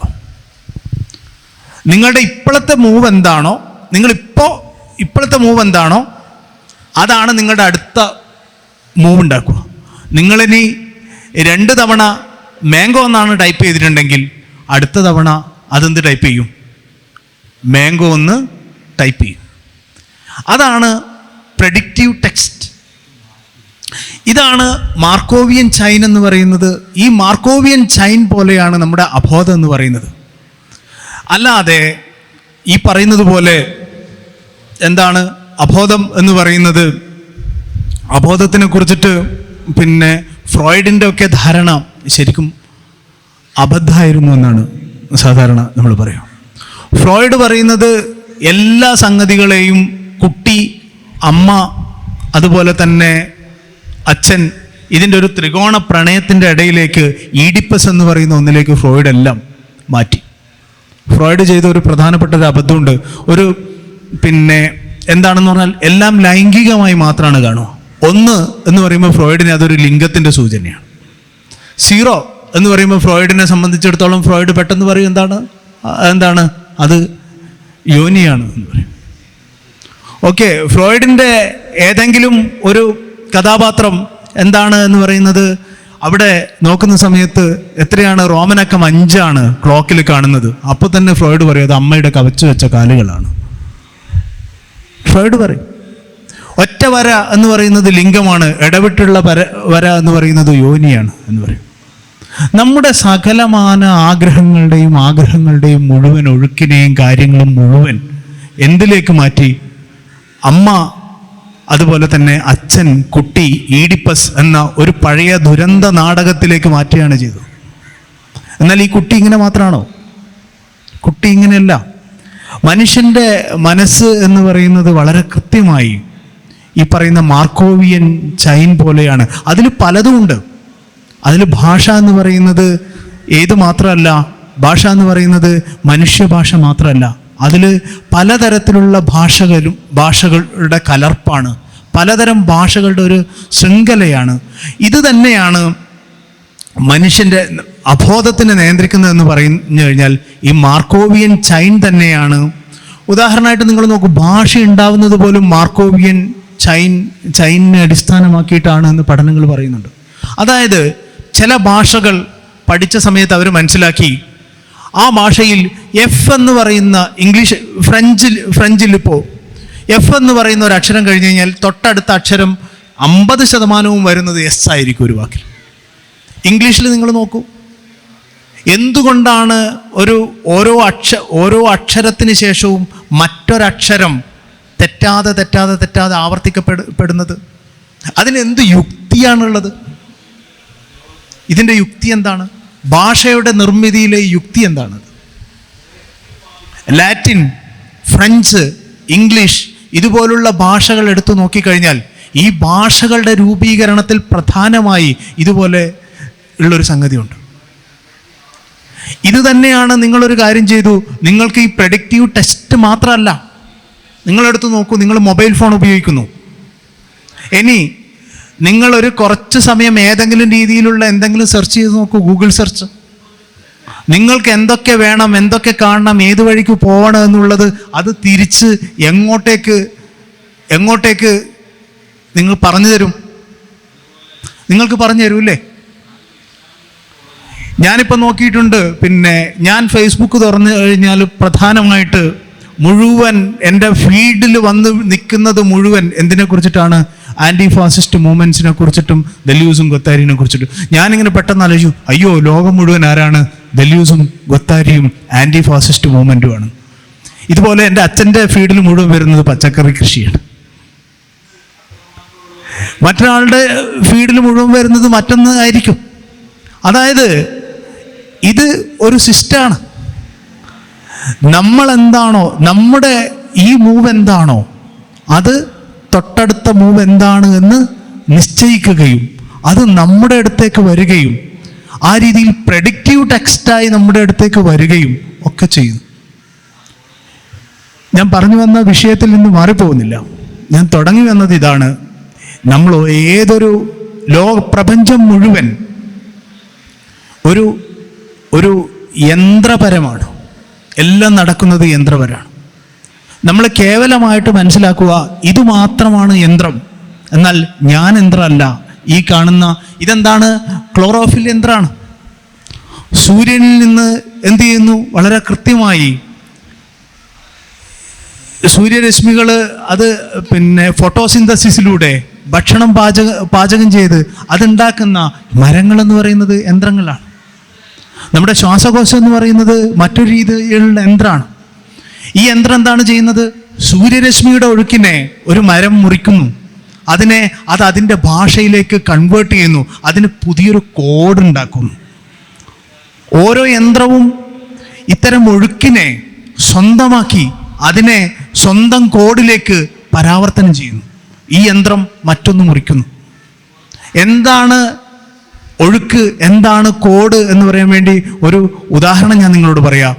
നമ്മുടെ മുടി എന്ന് പറയുന്നത് വെറുതെ ഇരിക്കുന്നത് അത് ഒരു ഫ്ലോ ആണ്, അല്ലേ? Flow of hair. പക്ഷേ നമ്മൾ അതിനെ ഹെയർ സ്റ്റൈൽ ചെയ്യുമ്പോൾ അതിലെന്ത് ചെയ്തു? കോഡുണ്ടായി. നമ്മുടെ ഫ്ലോ ഓഫ് ഹെയർ ആണ്, പക്ഷേ അതിന് നമ്മൾ ഹെയർ സ്റ്റൈൽ ചെയ്യുമ്പോൾ അത് ഏതിലേക്കെത്തി? ഒരു കോഡിലേക്കെത്തി. അപ്പോൾ എല്ലാ യന്ത്രങ്ങളും, ഇപ്പോൾ ഉദാഹരണമായിട്ട് എല്ലാ യന്ത്രങ്ങളും ഈ പറയുന്ന ഒഴുക്കിനെ അതാതിൻ്റെ ഭാഷയിലേക്ക് പരാവർത്തനം ചെയ്യുന്നുണ്ട്, പരിവർത്തിപ്പിക്കുന്നുണ്ട്. അപ്പോൾ പ്രപഞ്ചം നിങ്ങൾ എടുത്തു നോക്കിക്കഴിഞ്ഞാൽ ഒഴുക്കിൻ്റെ കോഡുമാണ്. അപ്പോൾ ഇവിടെ നോക്കുകയാണെങ്കിൽ എന്താണ് ഇവിടെ ഉള്ളത് എന്ന് പറയുന്നത്, ഉദാഹരണമായിട്ട് പറയും, സ്പിനോസയുടെ പ്രധാനപ്പെട്ട ഒരു വാക്കുണ്ട്. എന്താണ്? എഫക്റ്റ്. എന്താണ് പവർ എന്നുള്ളൊരു ചോദ്യത്തിന് സ്പിനോസ പറയുന്ന ഒരു പ്രധാനപ്പെട്ട ഒരു ഉത്തരവുണ്ട്. സ്പിനോസ പറയും, power is the power to affect and to be affected. മലയാളത്തിലേക്ക് പറഞ്ഞു കഴിഞ്ഞാൽ ശക്തി എന്ന് പറയുന്നത് ബാധിക്കാനും ബാധിക്കപ്പെടാനുമുള്ള ശേഷിയാണ്. ബാധിക്കാനും ബാധിക്കപ്പെടാനുമുള്ള ശേഷിയാണ്. ഞാൻ ഉദാഹരണമായിട്ട് നിങ്ങളോട് പറയാം, നിങ്ങൾക്ക് എളുപ്പം മനസ്സിലാവുന്ന ഒരു ഉദാഹരണം പറയാം. ഒരു തീ എടുത്തു കഴിഞ്ഞാൽ തീക്ക് എന്തിനെ കത്തിക്കാൻ വേണ്ടി പറ്റും? പഞ്ഞിയെ കത്തിക്കാൻ വേണ്ടി പറ്റും അല്ലേ? എന്നാൽ തീക്ക് പാറയെ കത്തിക്കാൻ വേണ്ടി പറ്റുമോ? പാറയെ കത്തിക്കാൻ വേണ്ടി പറ്റുമല്ലോ? ഇല്ലല്ലോ. അപ്പോൾ ആ പവർ എന്ന് പറയുന്നത് ബാധിക്കാനും ബാധിക്കപ്പെടാനുമുള്ള ശേഷിയാണ്. രണ്ടുമുണ്ട്. തീക്ക് നമ്മുടെ നാട്ടിലൊക്കെ ഉണ്ടാകുന്ന പ്രധാനപ്പെട്ട ഒരു പ്രശ്നം എന്ന് പറയുന്നത്, പവർ എന്ന് പറഞ്ഞു കഴിഞ്ഞാൽ എന്താണ്? അങ്ങോട്ട് മാത്രം ചെയ്യാനുള്ളതാണ്, ഇങ്ങോട്ട് സ്വീകരിക്കാനുള്ളതിനെ നമ്മൾ എന്തായിട്ട് കാണില്ല? പവറായിട്ട് കാണില്ല. തീക്ക് കത്താനുള്ള ശേഷിയുള്ളതുപോലെ തന്നെ പഞ്ഞിക്ക് കത്തിപ്പിടിക്കാനുള്ള ശേഷിയുണ്ട്. തീക്ക് കത്താനുള്ള ശേഷിയുണ്ട്, പഞ്ഞിക്ക് കത്തിപ്പിടിക്കാനുള്ള ശേഷിയുണ്ട്, വെള്ളത്തിന് കെടുത്താനുള്ള ശേഷിയുണ്ട്. അപ്പോൾ ഇതെല്ലാം പലവിധം ശേഷികളാണ്. അതിനെയാണ് ശക്തി എന്ന് നമുക്ക് പറയാൻ വേണ്ടി പറ്റുമോ? എന്നാൽ അധികാരം വേറെയാണ്. പക്ഷെ മലയാളത്തിൽ, ഇംഗ്ലീഷിൽ ഇതിനൊക്കെ കൂടി ഒറ്റ വാക്കേ ഉള്ളൂ, പവർ. എന്നാൽ ഫ്രഞ്ചിൽ 2 വാക്കുണ്ട്. ഫ്രഞ്ചിൽ അതിന് 2 വാക്കുണ്ട്. ഒന്ന്, നമ്മുടെ നാട്ടിൽ അധികാരം എന്നൊക്കെ പറയുന്നത് പവർ ഓവർ, മുകളിൽ നിന്ന് ഈ ആധിപത്യത്തിലാക്കുക എന്ന് പറയുന്ന പവറില്ലേ, അത് മാത്രമേ ഉള്ളൂ. പക്ഷേ മറ്റൊരു പവറുണ്ട്, അത് ശക്തിയാണ്. അത് ബാധിക്കാനും ബാധിക്കപ്പെടാനുമുള്ള ശേഷിയാണ്. അപ്പോൾ ഈ പ്രപഞ്ചത്തിലുള്ള സകല ജീവജാലങ്ങൾ എടുത്തു കഴിഞ്ഞാലും അത് പരസ്പര ബാധിതവും ബന്ധിതവുമാണ്. അതിന് ബാധിക്കാനും ബാധിക്കപ്പെടാനും ഒക്കെയുള്ള ശേഷിയുണ്ട്. അത് നമുക്ക് ഏതെങ്കിലും ഒന്നിലേക്ക് നമുക്ക് ചുരുക്കാൻ വേണ്ടിയിട്ട് പറ്റില്ല. അത് ആ ഒരർത്ഥത്തിൽ സർവവ്യാപിയാണ്. അതുകൊണ്ടാണ് ഫുക്കോനെ പോലെയുള്ള ചിന്തകരൊക്കെ പറയുന്നു, പവർ ഊസസ് ഔട്ട്. നമ്മളീ പറയുന്നത് പോലെ നമ്മുടെ പവറിനെ കുറിച്ചുള്ള ഒരു രൂപകം എന്ന് പറയുന്നത് ചിലപ്പോഴും ഒരു ഖഡ്ഗമേന്തിയ വാളേന്തിയ ആരെങ്കിലും ആയിരിക്കും. പക്ഷെ അങ്ങനെയല്ല. പവർ എന്ന് പറയുന്നത് എപ്പോഴും കിനിഞ്ഞിറങ്ങിക്കൊണ്ടിരിക്കുന്ന ഒന്നാണ്. സമൂഹത്തിൻ്റെ സകല വിധരങ്ങളിലും സകല സുഷിരങ്ങളിലും ആഴ്ന്നിറങ്ങിക്കൊണ്ടിരിക്കുന്നതാണ് അധികാരം എന്ന് പറയുന്നത്. അതിനെയാണ് ഫൂക്കോനെ പോലുള്ള ചിന്തകരൊക്കെ മൈക്രോഫിസിക്സ് ഓഫ് പവർ എന്ന് പറയുന്നത്. അധികാരത്തിൻ്റെ സൂക്ഷ്മ ഭൗതികം അതെല്ലാറ്റിലും ഉണ്ട്.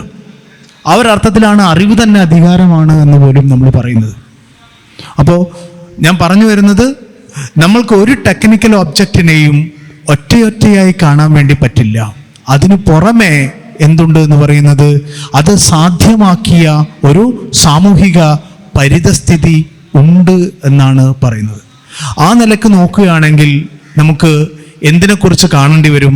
നമ്മൾ ഇന്ന് കാണുന്ന ആർട്ടിഫിഷ്യൽ ഇൻ്റലിജൻസ്. ആർട്ടിഫിഷ്യൽ ഇൻ്റലിജൻസ് എന്ന് പറയുമ്പോൾ ഞാൻ ആദ്യം തന്നെ പറഞ്ഞു, നമ്മുടെ ഇൻ്റലിജൻസ് എന്ന് പറയുന്നത്, നമ്മുടെ ബുദ്ധി, നമ്മുടെ ചിന്ത എന്ന് പറയുന്നത് അതിൻ്റെ തുടക്കം തൊട്ടേ ആർട്ടിഫിഷ്യലാണ്. ആർട്ടിഫിഷ്യൽ എന്ന് പറഞ്ഞു കഴിഞ്ഞാൽ എന്തെങ്കിലും ഒരു മോശം സംഗതിയല്ല. അത് ജീവനില്ലാത്ത ഒന്നല്ല. ജീവൻ തന്നെ, ഞാൻ കുറച്ച് നേരത്തെ പറഞ്ഞതുപോലെ ഇവിടെ ചിന്തയിലൊരു ബ്രേക്ക് ഉണ്ടാവണം. ചിന്തയിലുണ്ടാവുന്ന ബ്രേക്ക് എന്ന് പറയുന്നത് നമ്മൾ പറയുന്നത് എന്താണ്? യന്ത്രങ്ങളെ കൊണ്ട്. എന്താണ് യന്ത്രങ്ങളും മനുഷ്യരും തമ്മിലുള്ളൊരു വ്യത്യാസം? ആളുകൾ ഏറ്റവും ആദ്യം യന്ത്രങ്ങളും മനുഷ്യരും തമ്മിലുള്ളൊരു വ്യത്യാസമായിട്ട് പറയുമ്പോൾ ഏറ്റവും ആദ്യം പറയും യന്ത്രങ്ങൾക്ക് എന്ത് ചെയ്യാൻ വേണ്ടി പറ്റില്ല, സ്വന്തം റീപ്രൊഡ്യൂസ് ചെയ്യാൻ വേണ്ടി പറ്റില്ല, മനുഷ്യർ സ്വയം അല്ലെങ്കിൽ മറ്റൊന്ന് റീപ്രൊഡ്യൂസ് ചെയ്യുന്നു എന്ന് പറയും. അപ്പോൾ ഒന്ന് ആലോചിച്ച് നോക്കൂ, ഈ പറയുന്ന ഈ രണ്ട് തരം പൂവിനെയും വണ്ടിനെയും കുറിച്ച് പറയും. പൂവിനും വണ്ടിനും എന്ത് ചെയ്യാൻ വേണ്ടി പറ്റില്ല? ഒറ്റയ്ക്കൊറ്റയ്ക്ക് പരാഗണം നടത്താൻ വേണ്ടി പറ്റില്ല. അത് പരസ്പരം ആശ്രയിച്ചിട്ടാണ് ഈ പരാഗണവും കാര്യങ്ങളും പൂവും വണ്ടും നടത്തുന്നത്. പൂവും വണ്ടും അതിനെ നമ്മളൊരു പ്ലാന്റ് ഓർഗാനിസം എന്നോ അനിമൽ ഓർഗാനിസം എന്നൊക്കെ വിളിക്കാറില്ലേ പൂവും വണ്ടും? അതെങ്ങനെയാണ് ജീവിയാവുന്നത്? പൂവും വണ്ടും ഒറ്റക്കല്ലല്ലോ റീപ്രൊഡ്യൂസ് ചെയ്യുന്നത്. അതിന് നമ്മൾക്ക് എങ്ങനെയാണപ്പോൾ അത് മെഷീൻ എന്ന് പറയുന്നതിന് സ്വയം റീപ്രൊഡ്യൂസ് ചെയ്യാനുള്ള ശേഷിയില്ല. ഓക്കെ, പൂവിനും വണ്ടിനും ആ ശേഷിയുണ്ടോ? പൂവും വണ്ടും പരസ്പര സഹായത്തോടുകൂടെ പരാഗണം നടത്തുന്നുണ്ട്. പക്ഷെ അതെന്താണ്? അത് നമ്മളൊന്ന് പറയും, ഒന്ന് ജീവിയാണ്, മറ്റൊന്ന് വണ്ടാണ് എന്ന് പറയും. ഇവിടെ ഉണ്ടാവുന്ന ഒരു വ്യത്യാസം എന്ന് പറയുന്നത് അവിടെ മനുഷ്യനും അതുപോലെ തന്നെ യന്ത്രവും പ്രപഞ്ചവും തമ്മിലുള്ള വ്യത്യാസം ഇല്ലാതാവുന്നു. ഈ പറയുന്ന everything is possible because of connection. ഇങ്ങനെ പരസ്പരമുള്ള റിലേഷൻഷിപ്പിൽ കൂടെ മാത്രമാണ് എല്ലാം സാധ്യമാകുന്നു എന്ന് പറയുന്ന ഒരവസ്ഥയിലേക്ക് വരുന്നു. ഇങ്ങനെ വരുന്നതിനോട് ഒപ്പം നടക്കുന്ന ഒരു സംഗതി എന്ന് പറയുന്നത് നമ്മൾ ഇന്ന് കാണുന്ന ആർട്ടിഫിഷ്യൽ ഇൻ്റലിജൻസ് എന്ന് പറയുന്നത് തന്നെ സാധ്യമാക്കുന്നത് എന്താണ്? വികസിത മുതലാളിത്തത്തിൻ്റെ ഒരു ഘട്ടത്തിലാണ് ഉണ്ടാവുന്നത്. ലേറ്റ് ക്യാപിറ്റലിസത്തിൻ്റെ ഒരു ഘട്ടത്തിലാണ് ഈ പറയുന്ന ആർട്ടിഫിഷ്യൽ ഇൻ്റലിജൻസ് തന്നെ ഈ രീതിയിൽ വികസിക്കുന്നത്. അവിടെ നിങ്ങൾക്ക് നോക്കൂ, ഏത് രീതിയിലുണ്ട്? ഏറ്റവും പ്രധാനമായ, ഞാൻ ഉദാഹരണമായിട്ട് നിങ്ങളോട് ചോദിക്കുന്നത്, ഡാറ്റ എന്ന് പറയുന്നത്. ഡാറ്റ എന്ന് പറയുന്നത് ഈ രീതിയിൽ ശേഖരിക്കാൻ വേണ്ടി പറ്റുന്നില്ലെങ്കിൽ, അതിൻ്റെ ഈ ഡാറ്റയെ ഈ രീതിയിൽ ക്രമീകരിക്കാൻ വേണ്ടി പറ്റുന്നില്ലെങ്കിൽ ആർട്ടിഫിഷ്യൽ ഇൻ്റലിജൻസ് പോസിബിൾ ആവുമായിരുന്നു. ഈ പുതിയൊരു കാലഘട്ടത്തിനെ കുറിച്ചിട്ട് നമ്മൾ പറയും ഹ്യൂമൻ സിലിക്കൺ എന്ന് പറയുന്ന ഒരു കണക്ഷനിലൂടെ ഉണ്ടാകുന്നത്. മനുഷ്യനും സിലിക്കണും തമ്മിലുള്ള ബന്ധത്തിലൂടെയാണ് പുതിയ കാലഘട്ടത്തിൻ്റെ തന്നെ ഒരു സംഗതി ഉണ്ടാകുന്നത്. അങ്ങനെ ഉണ്ടാവുന്നില്ലെങ്കിൽ മൊബൈൽ ഫോണിൻ്റെയും വിവര സാങ്കേതിക വിദ്യയുടെയും ഒക്കെ ഒരു മാറ്റം ഉണ്ടാവുന്നില്ലെങ്കിൽ, അത് മാത്രമല്ല അതുമായി ബന്ധപ്പെട്ട ഒരുപാട് വ്യവസായശാലകളിലും അവിടെ ഉണ്ടാവുന്ന ആളുകളുടെ ശാസ്ത്രലോകത്തെ ഉണ്ടാക്കലും ഒക്കെ നടക്കുന്നില്ലെങ്കിൽ ഈ പറയുന്ന ആർട്ടിഫിഷ്യൽ ഇൻ്റലിജൻസ് ഉണ്ടാവുമായിരുന്നു. ഞാൻ എന്താണ് പറഞ്ഞു വരുന്നത് നിങ്ങൾക്ക് മനസ്സിലാവുന്നുണ്ടോ? ഞാൻ പറഞ്ഞു വരുന്നത് ഇത് മാത്രമാണ്. ഈ രീതിയിലാണെങ്കിൽ മനുഷ്യൻ്റെ ചരിത്രത്തെ നമുക്ക് എങ്ങനെയാണ് പഠിക്കാൻ പറ്റുക? ഈ ലോകത്തിൻ്റെ ചരിത്രം നമുക്ക് പഠിക്കാനുള്ള ഒരു ഉപാധി എന്ന് പറയുന്നത് ഈ പറയുന്ന എങ്ങനെയാണ് ഓരോ കാലഘട്ടത്തെ ഈ പറയുന്ന പോലെ ഉണ്ടാകുന്ന യന്ത്രസംഘാതങ്ങൾ ഉണ്ടായത് എന്ന് പഠിച്ചു കഴിഞ്ഞാൽ ചരിത്രത്തെ നമുക്ക് പുതിയ രീതിയിൽ പഠിക്കാൻ വേണ്ടിയിട്ട് പറ്റും. ഒരു കാലത്തെ ഒരു വാള് അല്ലെങ്കിൽ ഒരു പരിച അല്ലെങ്കിൽ മറ്റേതെങ്കിലും രീതിയിലുള്ള ഒരു ഉപകരണം, ഒന്നിക്കൽ ഒരു ക്ലോക്കായിരിക്കും, അല്ലെങ്കിൽ ഏതെങ്കിലും ഒരു യന്ത്രവിദ്യ, അത് നമ്മുടെ മുന്നിൽ ഉണ്ടായിക്കഴിഞ്ഞാൽ അത് ആ കാലഘട്ടത്തെ നമുക്ക് ചരിത്രം എന്താണെന്ന് പഠിക്കാൻ വേണ്ടി പറ്റും. ഇതെന്താ മാറ്റം ഉണ്ടാക്കുന്നത്? ചരിത്രത്തെക്കുറിച്ച് നമ്മൾ ഇതുവരെ പറഞ്ഞു പഴകിയ ലീനിയറായൊരു സങ്കല്പം ഉണ്ടല്ലേ. ശിലായുഗം, പ്രാചീന ശിലായുഗം, നവീന ശിലായുഗം, ബ്രൗൺസ് ഏജ്, മറ്റേ ഈ രീതിയിലൊക്കെ പറഞ്ഞു വരുന്നത്, ഇതൊക്കെ മാറ്റേണ്ടി വരുമെന്ന്. ചരിത്രം എന്ന് പറയുന്നത് ഇങ്ങനെ ഈ പറയുന്നത് പോലെയുള്ള രേഖീയമായ ഒരു വികാസമല്ല എന്നും, ഇങ്ങനെ വ്യത്യസ്തങ്ങളായ പലതരം തുരുത്തുകളുടെയും എന്തുണ്ട്, അതിൻ്റെ തുടർച്ചകളും ഇടർച്ചകളും ഉണ്ട്. അതുകൊണ്ടായിരിക്കും നമ്മൾ ഫൂക്കോനെ കുറിച്ചിട്ടൊക്കെ പറയും ഇടർച്ചകളുടെ ചരിത്രകാരൻ. അപ്പോൾ ഇത് നമ്മുടെ പുതിയ യന്ത്രം എന്ന് പറഞ്ഞ് ഈ യന്ത്രം, യാന്ത്രികത എന്നൊക്കെ പറയുമ്പോൾ നമ്മൾ മറ്റൊന്ന് തിരിച്ചു മനസ്സിലാക്കേണ്ടതുണ്ട്. ഒന്നും പ്രത്യേകത എന്ന് പറയുന്നത് ഡിഫറൻസ് ആൻഡ് റെപ്യൂട്ടേഷൻ എന്ന് പറയുന്ന ഒരു പുസ്തകത്തിൽ ദെലൂസും ദെലൂസ് പറയുന്നൊരു വാക്കുണ്ട്. കാര്യം എന്ന് പറഞ്ഞാൽ repetition is A repetition with difference. എല്ലാ ആവർത്തനങ്ങളും വ്യത്യാസത്തോടു കൂടെയുള്ള ആവർത്തനമാണ്. പ്രപഞ്ചത്തിൽ ഒന്നുപോലും അതേപടി രണ്ടാമത് ഒന്നുകൂടി ആവർത്തിക്കാൻ വേണ്ടിയിട്ട് പറ്റില്ല. ഒന്നുപോലും നമുക്ക് പറ്റില്ല. അങ്ങനെ കൃത്യമായ റിപ്പീറ്റേഷൻ എന്ന് പറയുന്ന ഒന്നില്ല.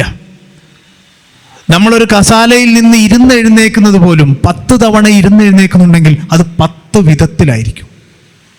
അങ്ങനെ ഓരോ തവണയും നമ്മുടെ ഇരിപ്പും എഴുന്നേപ്പും എല്ലാം വ്യത്യാസമാണ്. അപ്പോൾ എല്ലാം ആ ഒരർത്ഥത്തിൽ ന്യൂവാണ്. അതുകൊണ്ട് തന്നെയാണ് നീച്ചെ എന്ന് പറയുന്ന ഒരു ചിന്തകൻ പറയും എറ്റേണൽ റിട്ടേൺ. എറ്റേണൽ റിട്ടേൺ എന്ന് പറയുമ്പോൾ നീഷയുടെ എറ്റേണൽ റിട്ടേണിനെ കുറിച്ചിട്ട് ദെലൂസ് പറയുന്ന ഒരു സംഗതിയുണ്ട്. എറ്റേണൽ റിട്ടേൺ എന്ന് പറയുന്നത് റിട്ടേൺ ഓഫ് ദ ഡിഫറൻസ് എന്നാണ് പറയുന്നത്. അത് വ്യത്യാസത്തിൻ്റെ തിരിച്ചുവരവാണ് എല്ലാറ്റിൻ്റെയും. ഈ ഒരു അർത്ഥത്തിലാണ് ജീവനെയും ജീവിതത്തെയും പോലും കാണുന്നത്. ഇതാണ് ബീയിങ്ങും ബിക്കമിങ്ങും തമ്മിലുള്ള വ്യത്യാസം തന്നെ. ഉണ്മയും ആയിക്കൊണ്ടിരിക്കലും. എന്താണ് മനുഷ്യൻ എന്ന് പറയുന്നത്? നിരന്തരമായ ഒരു ആയിക്കൊണ്ടിരിക്കലാണ് എന്ന് വരുന്നു. കാര്യം എന്ന് പറയുന്നത് ഓരോ നിമിഷവും നമ്മളൊരു യന്ത്രമാകുമ്പോൾ തന്നെ ഓരോ നിമിഷവും നമ്മൾ എന്ത് ചെയ്യുന്നുണ്ട്? നമ്മൾ പുതിയ മറ്റൊന്നായിക്കൊണ്ടിരിക്കുന്നു എന്ന് പറയുന്ന രീതിയിലാണ് നമ്മൾ ചിന്തയെ കാണേണ്ടത്. അതുപോലെ തന്നെ യന്ത്രങ്ങൾ എന്ന് പറയുന്നതും ഓരോ അർത്ഥത്തിലും നമ്മൾ കാണുന്നത് പോലെ യന്ത്രങ്ങൾ റിപ്പീറ്റേഷൻ അല്ല, പകരം യന്ത്രങ്ങൾ പോലും എന്താണ് ആ രീതിയിലുള്ള ഒരു അതിൻ്റെ പരിതസ്ഥിതികളോട് എപ്പോഴും അഡാപ്റ്റ് ചെയ്തുകൊണ്ടാണ് ഉണ്ടാവുന്നത്. ഞാനതിൽ രസകരമായൊരു സംഗതി ഇതിനിടയിൽ വായിക്കുകയായിരുന്നു. മനുഷ്യ പരിണാമത്തിനെ കുറിച്ച് നോക്കുമ്പോൾ, ബയോളജിക്കൽ പഠിക്കുമ്പോൾ, മനുഷ്യൻ്റെ കോശങ്ങളിലുള്ള മൈറ്റോകോൺട്രിയ എന്ന് നമ്മൾ പറയുന്നത്, നമ്മുടെ മനുഷ്യകോശത്തിലെ പവർ ഹൗസ് എന്നാണ് മൈറ്റോകോൺട്രിയയെ കുറിച്ച് പറയുന്നത്. അപ്പോൾ ഇതിൻ്റെ പരിണാമത്തിനെ കുറിച്ച് പറയുന്നൊരു സംഗതിയുണ്ട്. ഈ മൈറ്റോകോൺട്രിയ എന്ന് പറയുന്നത് എങ്ങനെയായിരുന്നു എന്ന് പറയുന്നത്, മൈറ്റോകോൺട്രിയ എന്ന് പറയുന്നത് മറ്റൊരു ഏകകോശ ജീവിയായിരുന്നു. മനുഷ്യരുടെ ബഹുകോശ ജീവിയുടെ അത് മനുഷ്യൻ്റെ ഉള്ളിലേക്ക് എത്തുകയാണ് ഉണ്ടായത്. മനുഷ്യൻ്റെ ഉള്ളിലേക്ക് എത്തി. എന്തുകൊണ്ടാണ് എത്തിയെന്ന് പറഞ്ഞാൽ ബാഹ്യ ആക്രമണങ്ങളിൽ നിന്നും പ്രശ്നങ്ങളിൽ നിന്നും രക്ഷപ്പെടാൻ വേണ്ടിയിട്ടാണ് അത് മനുഷ്യകോശത്തിലേക്ക് എത്തുന്നത്. മനുഷ്യകോശം അതിനെതിരെ പ്രതികരിക്കുന്നത് എന്തിൻ്റെ മുകളിലാണ്? മനുഷ്യകോശം അതിനെ സ്വന്താക്കിയാണ് ചെയ്യുന്നത്. കാര്യം എന്ന് പറയുന്നത് അത് കോശങ്ങൾക്ക് ആവശ്യമായ ഊർജം കൊടുക്കുന്നുണ്ട് മൈറ്റോകോൺട്രിയ എന്ന് പറയും. ഞാൻ പറഞ്ഞു വരുന്നത് ഇങ്ങനെ വ്യത്യസ്തങ്ങളായ 2 ജീവികളാണ് ക്രമേണ ഈ മൈറ്റോകോൺട്രിയ എന്ന് പറയുന്ന മനുഷ്യകോശത്തിൻ്റെ തന്നെ ഭാഗമായി മാറി. മൈറ്റോകോൺട്രിയക്ക് പിന്നീട് എന്ത് ചെയ്യാൻ വേണ്ടി പറ്റില്ല? മനുഷ്യകോശത്തിൻ്റെ വെളിയിൽ ജീവിക്കാനേ പറ്റില്ല. അങ്ങനെ നമ്മുടെ പരിണാമം എടുത്തു കഴിഞ്ഞാൽ കാലങ്ങളായി മനുഷ്യൻ ഒരു യന്ത്രത്തെ പോലെയാണ് ജീവിക്കുന്നത്. ഞാൻ പറഞ്ഞു വരുന്നത് യന്ത്രമെന്ന് പറയുന്നത് ജീവിതം എന്നതിന് എതിരെ കണ്ട് നമുക്ക് മനസ്സിലാക്കാൻ വേണ്ടി പറ്റില്ല. സകലത്തിലും ഒരു യന്ത്രപരതയുണ്ട്. യന്ത്രമെന്ന് പറയുന്നത് എപ്പോഴും അത് ഓപ്പണാണ്. അതെപ്പോഴും ഓപ്പണാണ്. എപ്പോഴും അതിനെ തന്നെ എല്ലാ യന്ത്രവും എന്ന് പറയുന്നത് എന്താ ചെയ്യുന്നത്? അതെപ്പോഴും അതിനെ പുതുക്കിക്കൊണ്ടിരിക്കുന്ന ഒരു സംഗതിയാണ് എന്ന് നമ്മൾ മനസ്സിലാക്കണം. പ്രപഞ്ചം തന്നെ ഇങ്ങനെ പല രീതിയിലുള്ള യന്ത്രങ്ങൾ ചേർന്നതാണ് എന്ന് മനസ്സിലാക്കണം. ആ ഒരു അർത്ഥത്തിൽ നമ്മൾ മനസ്സിലാക്കുന്നത് ഏതൊരു യന്ത്രത്തിൻ്റെ ഭാഗമായിട്ടും ഒരു അബ്സ്ട്രാക്റ്റ് മെഷീൻ കൂടി ഉണ്ട്, അമൂർത്ത യന്ത്രം. അപ്പോൾ നമ്മൾ ചരിത്രം പഠിക്കുമ്പോഴും നമ്മൾ ഏത് രീതിയിലുള്ള പഠനങ്ങൾ നടത്തുമ്പോഴും ചെയ്യേണ്ട ഒരു സംഗതി എന്ന് പറയുന്നത് ഈ യന്ത്രത്തിൻ്റെ വർക്കിംഗ് സാധ്യമാക്കുന്ന ഒരു ഡയഗ്രം എന്താണ് എന്ന് നമുക്ക് മനസ്സിലാക്കാൻ വേണ്ടിയിട്ട് പറ്റണം. ഓരോ യന്ത്രത്തിനെയും പഠിക്കുമ്പോൾ നമ്മൾ എന്ത് പഠിച്ചാൽ പോരാ? നമ്മുടെ പഠന രീതി എന്ന് പറയുന്നത് നമ്മൾ കാണുന്ന കേവലമായ ആ ഒരു ഓബ്ജക്റ്റിനെ പഠിക്കലല്ല, പകരം അതിൻ്റെ പ്രവർത്തനം സാധ്യമാക്കുന്ന ആ ഒരു ഡയഗ്രത്തിനെ കുറിച്ചിട്ട് നമ്മളെപ്പോഴും പഠിക്കണം. അതിന് ഒരു അമൂർത്ത യന്ത്രമുണ്ട്, ഒരു അമൂർത്ത യന്ത്രം ഇതിനോടൊപ്പം. അത് ജയിലിന് ഒരു തടവറയെക്കുറിച്ച് പഠിക്കുമ്പോൾ തടവറയുടെ നമ്മൾ പുറമേ കാണുന്ന ആ വിസിബിളായ സ്ട്രക്ചറിൻ്റെ അപ്പുറം ഒരു അമൂർത്ത യന്ത്രമുണ്ട്. സ്കൂളുകളെ നമ്മൾ കാണുമ്പോൾ നമ്മൾ പുറമേ കാണുന്നതിനപ്പുറം ഒരു അമൂർത്തമായ യന്ത്രമുണ്ട്. അപ്പോൾ ഇത്തരത്തിലുള്ള അമൂർത്ത യന്ത്രങ്ങളാണ് ഇതിൻ്റെ പ്രവർത്തനങ്ങളെ മുഴുവൻ സാധ്യമാക്കുന്നത് എന്നാണ് തോന്നുന്നത്. ആ ഒരു അർത്ഥത്തിൽ നമ്മൾ നോക്കുമ്പോൾ ഇന്ന് നമ്മൾ കാണുന്ന നിർമ്മിത ബുദ്ധി എന്ന് പറയുന്നതും എന്താണ്, അതിനെ സാധ്യമാക്കുന്നത് ലേറ്റ് ക്യാപിറ്റലിസമാണ്. ലേറ്റ് ക്യാപിറ്റലിസത്തിൻ്റെ ഒരു സാധ്യതയായിട്ട് നമ്മൾ നിർമ്മിത ബുദ്ധിയെ കാണണം. സ്റ്റിറപ്പ് എന്ന് ഞാൻ മുമ്പ് പറഞ്ഞ കുതിര ചവിട്ടുപടി എന്ന് പറയുന്നത് ഫ്യൂഡലിസ്റ്റ് കാലഘട്ടത്തിൽ എങ്ങനെയാണോ ഉണ്ടായിരുന്നത്, എങ്ങനെയാണോ ഒരു കാലഘട്ടത്തിൽ തെർമൽ പവർ സ്റ്റേഷൻ ഉണ്ടായിരുന്നത്, അതുപോലെ ഓരോന്നും സാധ്യമാക്കുന്നത് ഇത്തരത്തിലുള്ള അമൂർത്ത യന്ത്രങ്ങളാണ്. അതാണ് അതിനെ ചലിപ്പിക്കുന്നത് എന്നുകൂടെ നമ്മൾ മനസ്സിലാക്കണം. അതുകൊണ്ട് യന്ത്രം എന്ന് പറയുന്നതിനെ എതിരായല്ല ജീവിതം എന്ന് കാണേണ്ടത്. ജീവിതത്തെ തന്നെ സാധ്യമാക്കുന്നത് ഇത്തരത്തിലുള്ള യന്ത്രപരതയാണ്. അതുപോലെ തന്നെ നമ്മൾ എന്ത് കാണുമ്പോഴും, അപ്പോൾ ഞാൻ നേരത്തെ പറഞ്ഞതുപോലെ ആ ഒരു രീതിയിൽ നമ്മൾ ഓരോന്നിനെ കാണുന്ന സമയത്തും നമ്മൾ നോക്കണം. മനുഷ്യൻ എന്ന് പറയുന്നത്, മനുഷ്യൻ്റെ ശേഷി എന്ന് പറയുന്നത്, മനുഷ്യൻ മറ്റൊരു യന്ത്രത്തോട് ചേർന്ന് കഴിയുമ്പോൾ അവൻ്റെ ശേഷി കൂടുന്നുണ്ടോ കുറയുന്നുണ്ടോ? അതായത് മനുഷ്യൻ്റെ കയ്യിൽ ഒരു ലാപ്ടോപ്പ് ഉണ്ടായി, അല്ലെങ്കിൽ മനുഷ്യൻ്റെ അതിനോടുകൂടെ ഒരു ഇൻ്റർനെറ്റ് കണക്ഷൻ ഉണ്ടായി, അതിനോടുകൂടെ എന്താണ് ചെയ്യുന്നത്? അവൻ്റെ പവർ കൂടുകയാണ്, അവന് പ്രവർത്തിക്കാനുള്ള ഒരു ശേഷി കൂടുകയാണ്. അതാണ് പവർ എന്ന് പറയുന്നതിനെ, അതിനെ നമ്മൾക്ക് എബിലിറ്റേറ്റിംഗ് പവർ എന്ന് പറയാം സ്പിനോസയുടെ ഭാഷയിൽ. എന്നാൽ ചിലതിനോടുകൂടി അവൻ്റെ ശേഷി നശിക്കും. ശേഷി നശിക്കുന്നത് എന്താണെന്ന് ചോദിച്ചു കഴിഞ്ഞാൽ, സ്പിനോസ പറയും നന്മയും തിന്മയും ഇല്ല, എന്നാൽ നല്ലതും ചീത്തയും ഉണ്ട്. അതായത് നമ്മൾ വിഷം കഴിച്ചു കഴിഞ്ഞാൽ നമ്മൾ എന്ത് ചെയ്യും? നമ്മൾ മരണപ്പെടും. ആ ഒരർത്ഥത്തിൽ അത് ചീത്തയാണ്, അത് നമ്മുടെ ശേഷിയെ ഇല്ലാതാക്കുന്നു. എന്നാൽ അതിന് പകരം നമ്മൾ പ്രോട്ടീൻ ആണെങ്കിൽ വൈറ്റമിനും മെഡിസിൻസും ആണ് കഴിക്കുന്നതെങ്കിൽ അത് നമ്മുടെ ശേഷിയെ കൂട്ടും. അത് എബിലിറ്റേറ്റിംഗ് ആണ്. അപ്പോൾ പവർ എന്ന് പറയുന്നത് എബിലിറ്റേറ്റിംഗ് പവറും ഉണ്ടാവും, ഡിബിലിറ്റേറ്റിംഗ് പവറും ഉണ്ടാവും. അപ്പോൾ ഈ യന്ത്രങ്ങൾ എന്ന് പറയുന്നത് നമ്മൾ ഈ കാണുന്ന എല്ലാം ഒരുതരം ഈ പ്രപഞ്ചം തന്നെ ഒരു യന്ത്ര സമുച്ചയമായിട്ട് കാണണം. ആ യന്ത്രത്തെ നമ്മൾ കാണുമ്പോൾ തന്നെ നമ്മളിപ്പോൾ ആർട്ടിഫിഷ്യൽ ഇൻ്റലിജൻസ് എന്ന് പറഞ്ഞ് അത് മനുഷ്യബുദ്ധിയെ എന്ത് ചെയ്യല്ല ചെയ്യുന്നത്? അനുകരിക്കുകയല്ല ചെയ്യുന്നത്.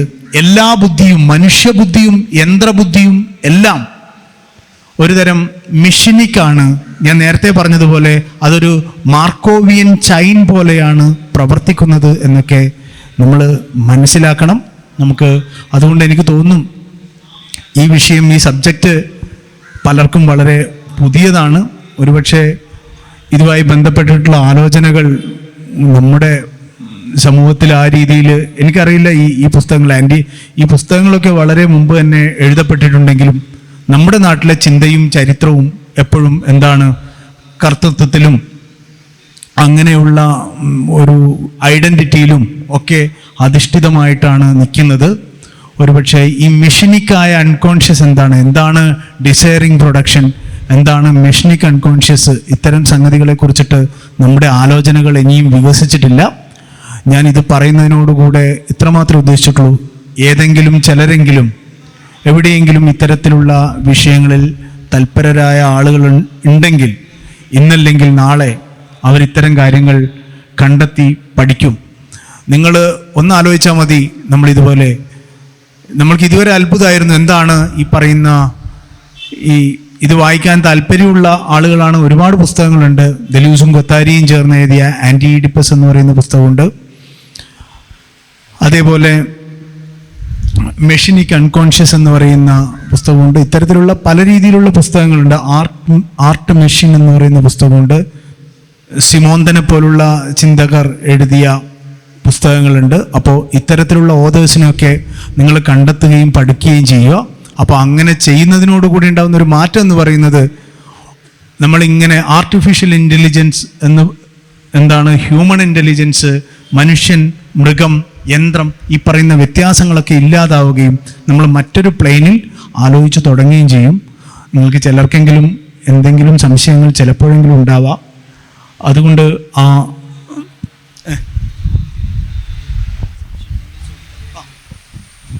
സംശയങ്ങൾ അങ്ങനെ ഉണ്ടെങ്കിൽ നിങ്ങൾ എന്ത് ചെയ്യുക, നിങ്ങൾ ചോദിക്കുകയാണെങ്കിൽ ഞാൻ ഒരുപാട് കാര്യങ്ങൾ ഇങ്ങനെ പറയുന്നില്ല. എനിക്കറിയാം ഇതൊരു ഏകഭാഷണത്തിൻ്റെ സ്വഭാവമായിരുന്നു. പ്രധാനമായിട്ട് ഒരാൾ തന്നെ പറഞ്ഞുകൊണ്ടിരിക്കുക, ചിലപ്പോൾ പലതും പുതിയതായിരിക്കും. അതുകൊണ്ട് ചിന്തയെക്കുറിച്ചിട്ട് തന്നെ പറയുമ്പോൾ സാധാരണ പറയുന്നുണ്ട്, ഞാൻ എൻ്റെ ഇഷ്ടചിന്തകനായ ഒരുപക്ഷെ ദെലൂസും ഗൊത്താരിയും പറയുന്നുണ്ട്, അതെപ്പോഴും ഒത്ത നടുക്ക് വെച്ച് തുടങ്ങണമെന്ന്. നിങ്ങൾക്ക് വലിയ പരിചയമുണ്ടോ ഉണ്ടെന്നുള്ളത് മാത്രമൊന്നുമല്ല, പലപ്പോഴും നമുക്ക് ചിന്തിച്ചു തുടങ്ങുക നടുക്കടലിൽ വെച്ചിട്ടാണ്. ഇപ്പോൾ നടുക്കടലിൽ വെച്ച് നമുക്ക് ചിന്തിക്കാം, നമുക്ക് ചോദ്യങ്ങൾ ഉണ്ടാവുക, ആലോചനകൾ ഉണ്ടാവുക, നമുക്ക് സംസാരിക്കാൻ വേണ്ടിയിട്ട് നോക്കാം. അതുകൊണ്ട് ചിലപ്പോൾ ക്ലാരിറ്റി ഉണ്ടാവണമെന്നില്ല, ചിലപ്പോൾ പുതിയ സംശയങ്ങൾ ഉണ്ടാവും, നമുക്ക് നോക്കാം.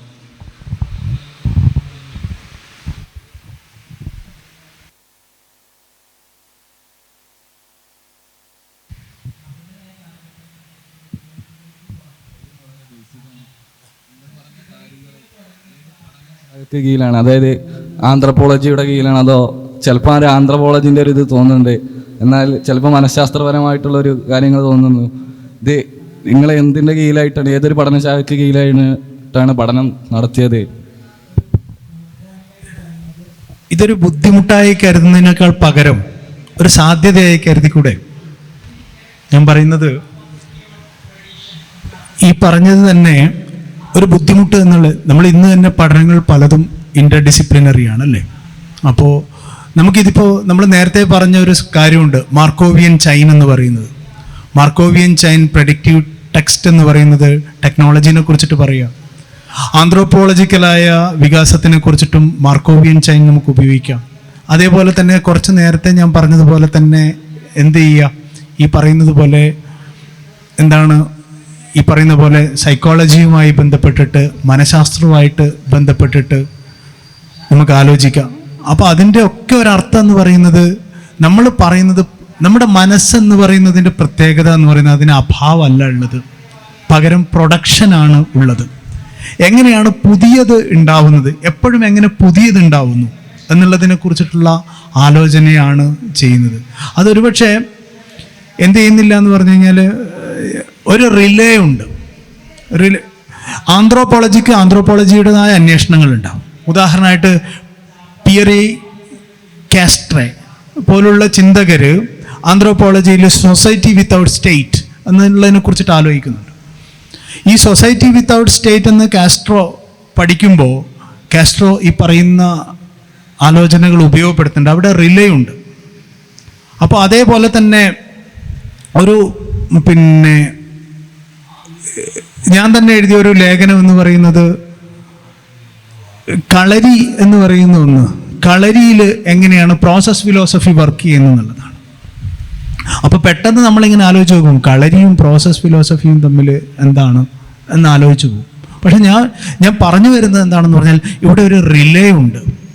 ഈ വ്യത്യസ്തമായ പഠനശാഖയ്ക്ക് ഇടയിൽ ഒരു റിലേ ഉണ്ട് എന്ന് നമുക്ക് മനസ്സിലാക്കണം.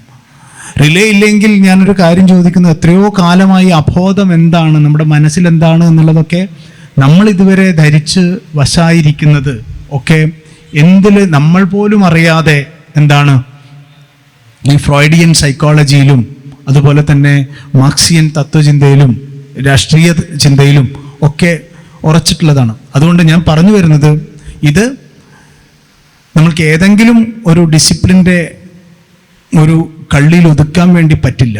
പക്ഷേ ഓരോ ഡിസിപ്ലിനും ഇത്തരത്തിലുള്ള മറ്റ് ഡിസിപ്ലിനിൽ നിന്നുള്ള കാര്യങ്ങൾ കൂടെ എന്ത് ചെയ്യാൻ വേണ്ടി പറ്റും, നമുക്ക് ഉപയോഗിക്കാൻ വേണ്ടി പറ്റും. അതിന് ഗൊത്താരി ഉപയോഗിക്കുന്ന ഒരു വാക്കെന്ന് പറയുന്നത് ട്രാൻസ്വേഴ്സാലിറ്റി എന്നാണ്.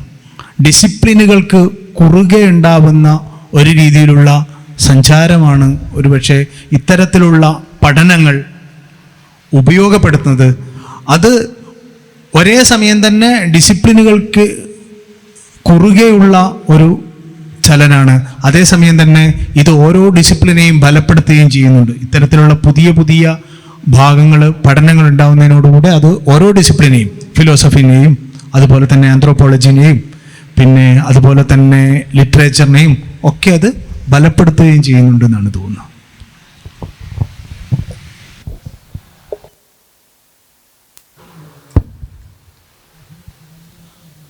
സൈക്കോളജിയെ കുറിച്ചാണ്.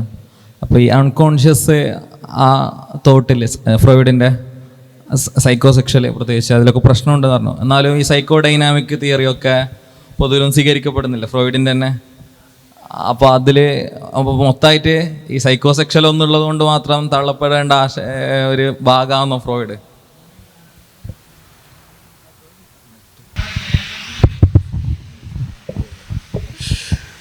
നമ്മൾ പ്രധാനമായി നമ്മൾ സ്വീകരിക്കുന്ന ഒരു ആറ്റിറ്റ്യൂഡ് ഈ take it or live it എന്നുള്ളതല്ല. ഒന്നാമത് അങ്ങനെ നമ്മളിപ്പോൾ നമ്മുടെ ചിന്തയ്ക്കുള്ള പ്രധാനപ്പെട്ട ഒരു അപകടവും പ്രശ്നമായിട്ട് എനിക്ക് തോന്നുന്നത് ഒന്നിക്കൽ എടുക്കുക അല്ലെങ്കിൽ എന്ത് ചെയ്യുക, തള്ളുക എന്ന് പറയുന്നതാണ്. അപ്പോൾ ഫ്രോയിഡിൻ്റെ ഏറ്റവും ഗംഭീരമായ ഒരു കണ്ടെത്തലാണ് അൺകോൺഷ്യസ് ലിബിഡോ എന്ന് പറയുന്നത്. ഇനി നമുക്ക് ഫ്രോയിഡിനെ തള്ളിക്കളയാൻ പറ്റില്ല, ഫ്രോയിഡിനെ തള്ളിക്കളയാൻ വേണ്ടി പറ്റില്ല. ഫ്രോയിഡിലുണ്ടായിരുന്ന പ്രശ്നം എന്ന് പറയുന്നത്, ഒരു ഉദാഹരണം ഞാൻ പറയാം. നമ്മുടെ ഇതിനെക്കുറിച്ച് പറയുക, നമ്മുടെ അൺകോൺഷ്യസിനെ കുറിച്ച് പറയുക, അത് പോളിഅമോറസ് ആണ്. പോളിഅമോറസ് എന്ന് പറഞ്ഞാൽ ഏത് വഴിക്കും ഒഴുകാൻ വേണ്ടി പറ്റുന്ന ഒരു മനുഷ്യൻ്റെ അൺകോൺഷ്യസ് എന്ന് പറയുന്നതിനെ എന്ത് ചെയ്യുക, അമ്മ, കുട്ടി, അതുപോലെ തന്നെ ഇൻസെസ്റ്റ്, അതുപോലെ തന്നെ അഗമ്യഗമനം, ഈ കഥയിലേക്ക് എല്ലാറ്റിനെയും ചുരുക്കി എന്ന് പറയുന്നു. അത് എന്ത് പറഞ്ഞു കഴിഞ്ഞാലും എന്ത് ചെയ്യുക എന്ന് പറയുന്നത്, ഓക്കെ, ഇത് മനുഷ്യൻ്റെ ഈ പറയുന്ന ഏതോ ഒരു ഗ്രീക്ക് ദുരന്ത നാടകത്തിൻ്റെ തുടർച്ചയാണ് മനുഷ്യൻ്റെ ചരിത്രം മുഴുവൻ എന്ന് പറയുന്നത്. അത് അങ്ങനെയല്ലല്ലോ. ഇപ്പോൾ ഉദാഹരണമായിട്ട് മെലനെ ക്ലൈനിലേക്ക് വരുമ്പോൾ അവർ ഇതിനെ എടുത്തിട്ട് പഠിക്കുന്നത് എന്താണെന്ന് പറഞ്ഞാൽ പ്രീ ഈഡിപ്പൽ പീരീഡ് എന്ന് പറഞ്ഞിട്ടാണ്. പ്രീ ഈഡിപ്പൽ എന്ന് പറയുന്ന ഒരു പീരീഡ് എന്ന് പറയുന്നത്, കുട്ടി എന്ന് പറയുന്നത് ഏതു വഴിക്കും തിരിയുന്ന ഒരു ഈ പറയുന്ന പാർഷ്യൽ ഓബ്ജക്ട്സ് ഉണ്ട്, പാർട്ട് ഓബ്ജക്ട്സ് ഉണ്ട്, അതൊക്കെ ആയിട്ട് ചേർന്ന് നിൽക്കുന്ന ഒരു സമയത്തെയാണ് പ്രീ ഈഡിപ്പൽ എന്ന് പറയുന്നത്. ഏത് രീതിയിലും കുട്ടി എന്തും ആവാം. കുട്ടിക്ക് ഈ പറയുന്ന രീതിയിലുള്ള ഒരു ഈ ഞാൻ ആണാണ്, ഞാൻ പെണ്ണാണ്, ഞാൻ ഇന്നതാണ്, ഞാനെന്ന് പറയുന്ന ഒരു ബോധത്തിലേക്ക് എത്തുന്നതിനേക്കാൾ തന്നെ മുമ്പുള്ള ഒരു പ്രീ ഈഡിപ്പൽ പീരീഡ് ഉണ്ട്. സെൽഫ് അതർ എന്ന് പറയുന്ന വ്യത്യാസം ഉണ്ടാവുന്നതിനേക്കാൾ മുമ്പ് ഈ പറയുന്ന സ്ഥലത്ത് നിന്ന് കുട്ടിയെ ഈ പറയുന്ന ഒന്നിലേക്ക്, ഈ ഈഡിപ്പൽ എന്ന് പറയുന്ന ഒരു സ്ട്രക്ചറിലേക്ക് എത്തുന്നതിൽ മുതലാളിത്തം ഒരുപാട് പങ്കുവഹിച്ചിട്ടുണ്ട്. അപ്പോൾ ഇത്തരത്തിലുള്ള സൈക്കോ അനാലിസിസ് എന്ന് പറയുന്നത് എങ്ങനെ മുതലാളിത്തത്തിൻ്റെ ഒരു പിടിയിൽ അകപ്പെട്ടു എന്നുള്ളതും പല വഴിക്ക് ഒഴുകാവുന്ന ആ ഒഴുക്കിനെ അതെങ്ങനെ കേവലമായ ഒന്നിലേക്ക് ഒഴുക്കി മനുഷ്യൻ്റെ സാധ്യതകൾ മുഴുവൻ ഇതായി പോവാം. അങ്ങനെ സാധ്യതകൾ ഉണ്ടാവുന്നത് എന്ന് പറയുന്നത് ഉദാഹരണമായിട്ട് ഞാൻ പറയാം, ആണ് പെണ്ണ് എന്ന് പറയുന്ന ഒന്നിലേക്ക് മാത്രം ആണ് ഇതിലെ സാധ്യത എന്ന് പറയുന്നത്. അങ്ങനെ അല്ലാത്ത ഒരുപാട് സാധ്യതകളുണ്ട്. ഹോമോസെക്ഷൽ ഹെട്രോസെക്ഷൽ എന്ന് പറയുന്ന ഒരു സാധ്യത മാത്രമാണ് അല്ല. ഹോമോസെക്ഷൽ എന്ന് പറയുന്ന ഒരു ഉദാഹരണം പറയാം, രണ്ട് മനുഷ്യർ ആണെന്ന് വിചാരിക്കും. അവർക്ക് എന്താണ് എന്ന് പറയുന്നത്, ഒരു സ്വയം പെണ്ണാണ് എന്ന് കരുതുന്ന ഒരാണും സ്വയം ആണാണ് എന്ന് കരുതുന്ന ഒരു പെണ്ണും തമ്മിലുള്ള ഒരു ബന്ധത്തിനെ നമ്മൾ ഹോമോസെക്ഷലോ ഹെട്രോസെക്ഷലോ എന്താ പറയുക, ആ ഒരു സെക്ഷൽ റിലേഷനെ കുറിച്ചിട്ട്. അതുകൊണ്ട് ആണ് പെണ്ണ് എന്ന് പറയുന്നത് മാത്രമല്ല, സെക്സ് എന്ന് പറയുന്നത്, അതുകൊണ്ടാണ് പറയുന്നത് there are n sexes, umpteenth number of sexes. അത് 1, 2 ആണ് പെണ്ണ് എന്നല്ല, അനന്തമായ ഇത്തരത്തിലുള്ള ലൈംഗിക സാധ്യതകളിൽ നിന്ന്. ലൈംഗിക സാധ്യത എന്ന് പറയുന്നത് സെക്ഷൽ എന്ന് മാത്രം വിചാരിക്കേണ്ട, ജീവിത സാധ്യതകൾ തന്നെയാണ് പലതും. ഇങ്ങനെ പലതരം ജീവിത സാധ്യതകളിൽ നിന്ന് നമ്മൾ ഏതോ 2 സാധ്യതകളിലേക്ക് അല്ലെങ്കിൽ 3 സാധ്യതകളിലേക്ക് ഒതുങ്ങിപ്പോയിട്ടുണ്ടെങ്കിൽ അതിനൊരു ഉത്തരവാദിത്വം ഉണ്ട് എന്നുള്ളതാണ്. അതിൻ്റെ അർത്ഥം എന്ന് പറയുന്നത് ഫ്രോയിഡോ അതുപോലെ തന്നെ സൈക്കോ അനാലിസിസോ ഉണ്ടാക്കിയ മാറ്റം എന്ന് പറയുന്നത് നമ്മൾ കണ്ടില്ല എന്ന് നടിക്കുന്നതല്ല. പക്ഷെ അവിടെ നിന്നാൽ പോരാ. ഫ്രോയിഡ് തന്നെ അയാളുടെ അവസാന കാലത്ത് അതിൻ്റെ സൈക്കോ അനാലിസിസിൻ്റെ അസാധ്യതകളെക്കുറിച്ച് ഒരുപാട് വിഷണ്ണനായിരുന്നു. അതേസമയം തന്നെ ലക്കാൻ അതിനെ ഭാഷയിലേക്ക് പറിച്ചു നട്ടിട്ട് മറ്റൊരു രീതിയിൽ തന്നെ എന്ത് ചെയ്തു എന്ന് പറഞ്ഞാൽ പൊട്ടിച്ച പാലത്തെ വീണ്ടും കൂട്ടിയോജിപ്പിക്കാൻ വേണ്ടി വിടുകയായിരുന്നു ചെയ്തത്. അതൊക്കെ വിശദമായിട്ട് നമ്മൾ ആലോചിക്കേണ്ട വിഷയമാണ്. അവരർത്ഥത്തിൽ സൈക്കോ അനാലിസിസിനെ കുറിച്ച് നമ്മൾ പറയുമ്പോൾ, ഫ്രോയിഡിനെ കുറിച്ച് പറയുമ്പോൾ, ഞാൻ ഇതിനിടെ ഫ്രോയിഡിനെ വീണ്ടും വായിച്ചു തുടങ്ങി. അപ്പോൾ ഫ്രോയിഡ് എന്ന് പറയുന്നത് ഒരു ഫെർട്ടൈൽ ലാൻഡാണ്. അവരർത്ഥത്തിൽ ഒരുപാട് നമുക്ക് എന്ത് ചെയ്യാൻ വേണ്ടിയിട്ട് പറ്റും. ആ ഒരർത്ഥത്തിൽ നമ്മുടെ ഫ്രോയിഡിനെ ഉപയോഗിക്കണം. അപ്പോൾ അതിലൊക്കെ ബ്രയൻ മസുമി എന്ന് പറയുന്ന ഒരു ചിന്തകൻ നമ്മളോട് പറയുന്നുണ്ട്, ചിന്തയെക്കുറിച്ച് നമുക്ക് പ്രാഗ്മാറ്റിക്കായ ഒരു അപ്രോച്ചാണ് സ്വീകരിക്കാൻ വേണ്ടി പറ്റുക. അതും മെഷീനിക്കാണ്. ഉദാഹരണമായിട്ട് നമ്മൾ പറയാം, നമ്മളൊരു റേഡിയോ സ്റ്റേഷൻ തുറക്കുന്നു. നമുക്ക് ഇഷ്ടപ്പെട്ട പാട്ടാണെങ്കിൽ നമ്മളത് കേൾക്കും, ഇഷ്ടപ്പെടാത്ത പാട്ടാണെങ്കിൽ നമ്മളത് പൂട്ടിവെക്കും. ഓക്കെ, ഈ ട്യൂൺ നിങ്ങളുടേതാണോ, നിങ്ങൾ കേൾക്കുക. ഇനി അല്ലേ, സ്റ്റേഷൻ മാറ്റി വെക്കുക. നമുക്കത് മാത്രമേ ചിന്തയിലും ചെയ്യാൻ വേണ്ടിയിട്ട് പറ്റൂ. ഒരർത്ഥത്തിൽ ഫ്രോയിഡിനെ ഉപയോഗിക്കാം, അതിൻ്റെ സാധ്യതകൾ ഉപയോഗിക്കാം. പക്ഷേ ഒരു കാര്യം ഉറപ്പാണ്, എല്ലാ ചിന്തകരുടെ ചിന്തയും എന്ന് പറയുന്നത് ആ ചിന്തയുടെ മരണ വാറണ്ടിൽ ഒപ്പുവെച്ചിട്ടാണ് വരുന്നത്. എല്ലാ ചിന്തയും കാര്യം എന്ന് പറഞ്ഞാൽ അവർക്കറിയാം, ഇന്നല്ലെങ്കിൽ നാളെ ഒരു കാലത്തിൻ്റെ ചരിത്രത്തിൻ്റെ കുത്തൊഴുക്കിൽ അത് മാറ്റി എഴുതപ്പെടുമെന്ന് പറയുന്നത്. അതുകൊണ്ട് ഒന്നും ഒരു അവസാന വാക്കല്ല, അത് അവസാന ചിന്തയുമല്ല. അതേസമയം തന്നെ അങ്ങനെ ആയതുകൊണ്ട് ഫ്രോയിഡും ലക്കാനും മറ്റു മനഃശാസ്ത്രവും ഒക്കെ നൽകിയ ഉൾക്കാഴ്ചകൾ അപ്രസക്തമാകുന്നുമില്ല.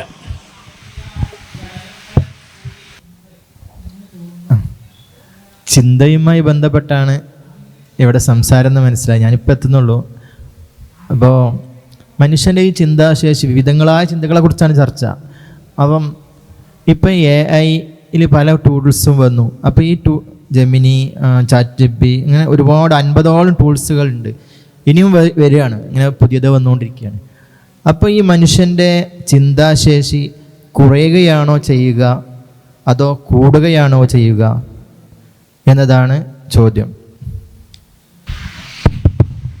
നല്ല ചോദ്യം. ഇവിടെയാണ് സത്യത്തിൽ നമ്മൾ തുടങ്ങി തന്നെ ചെയ്തത്.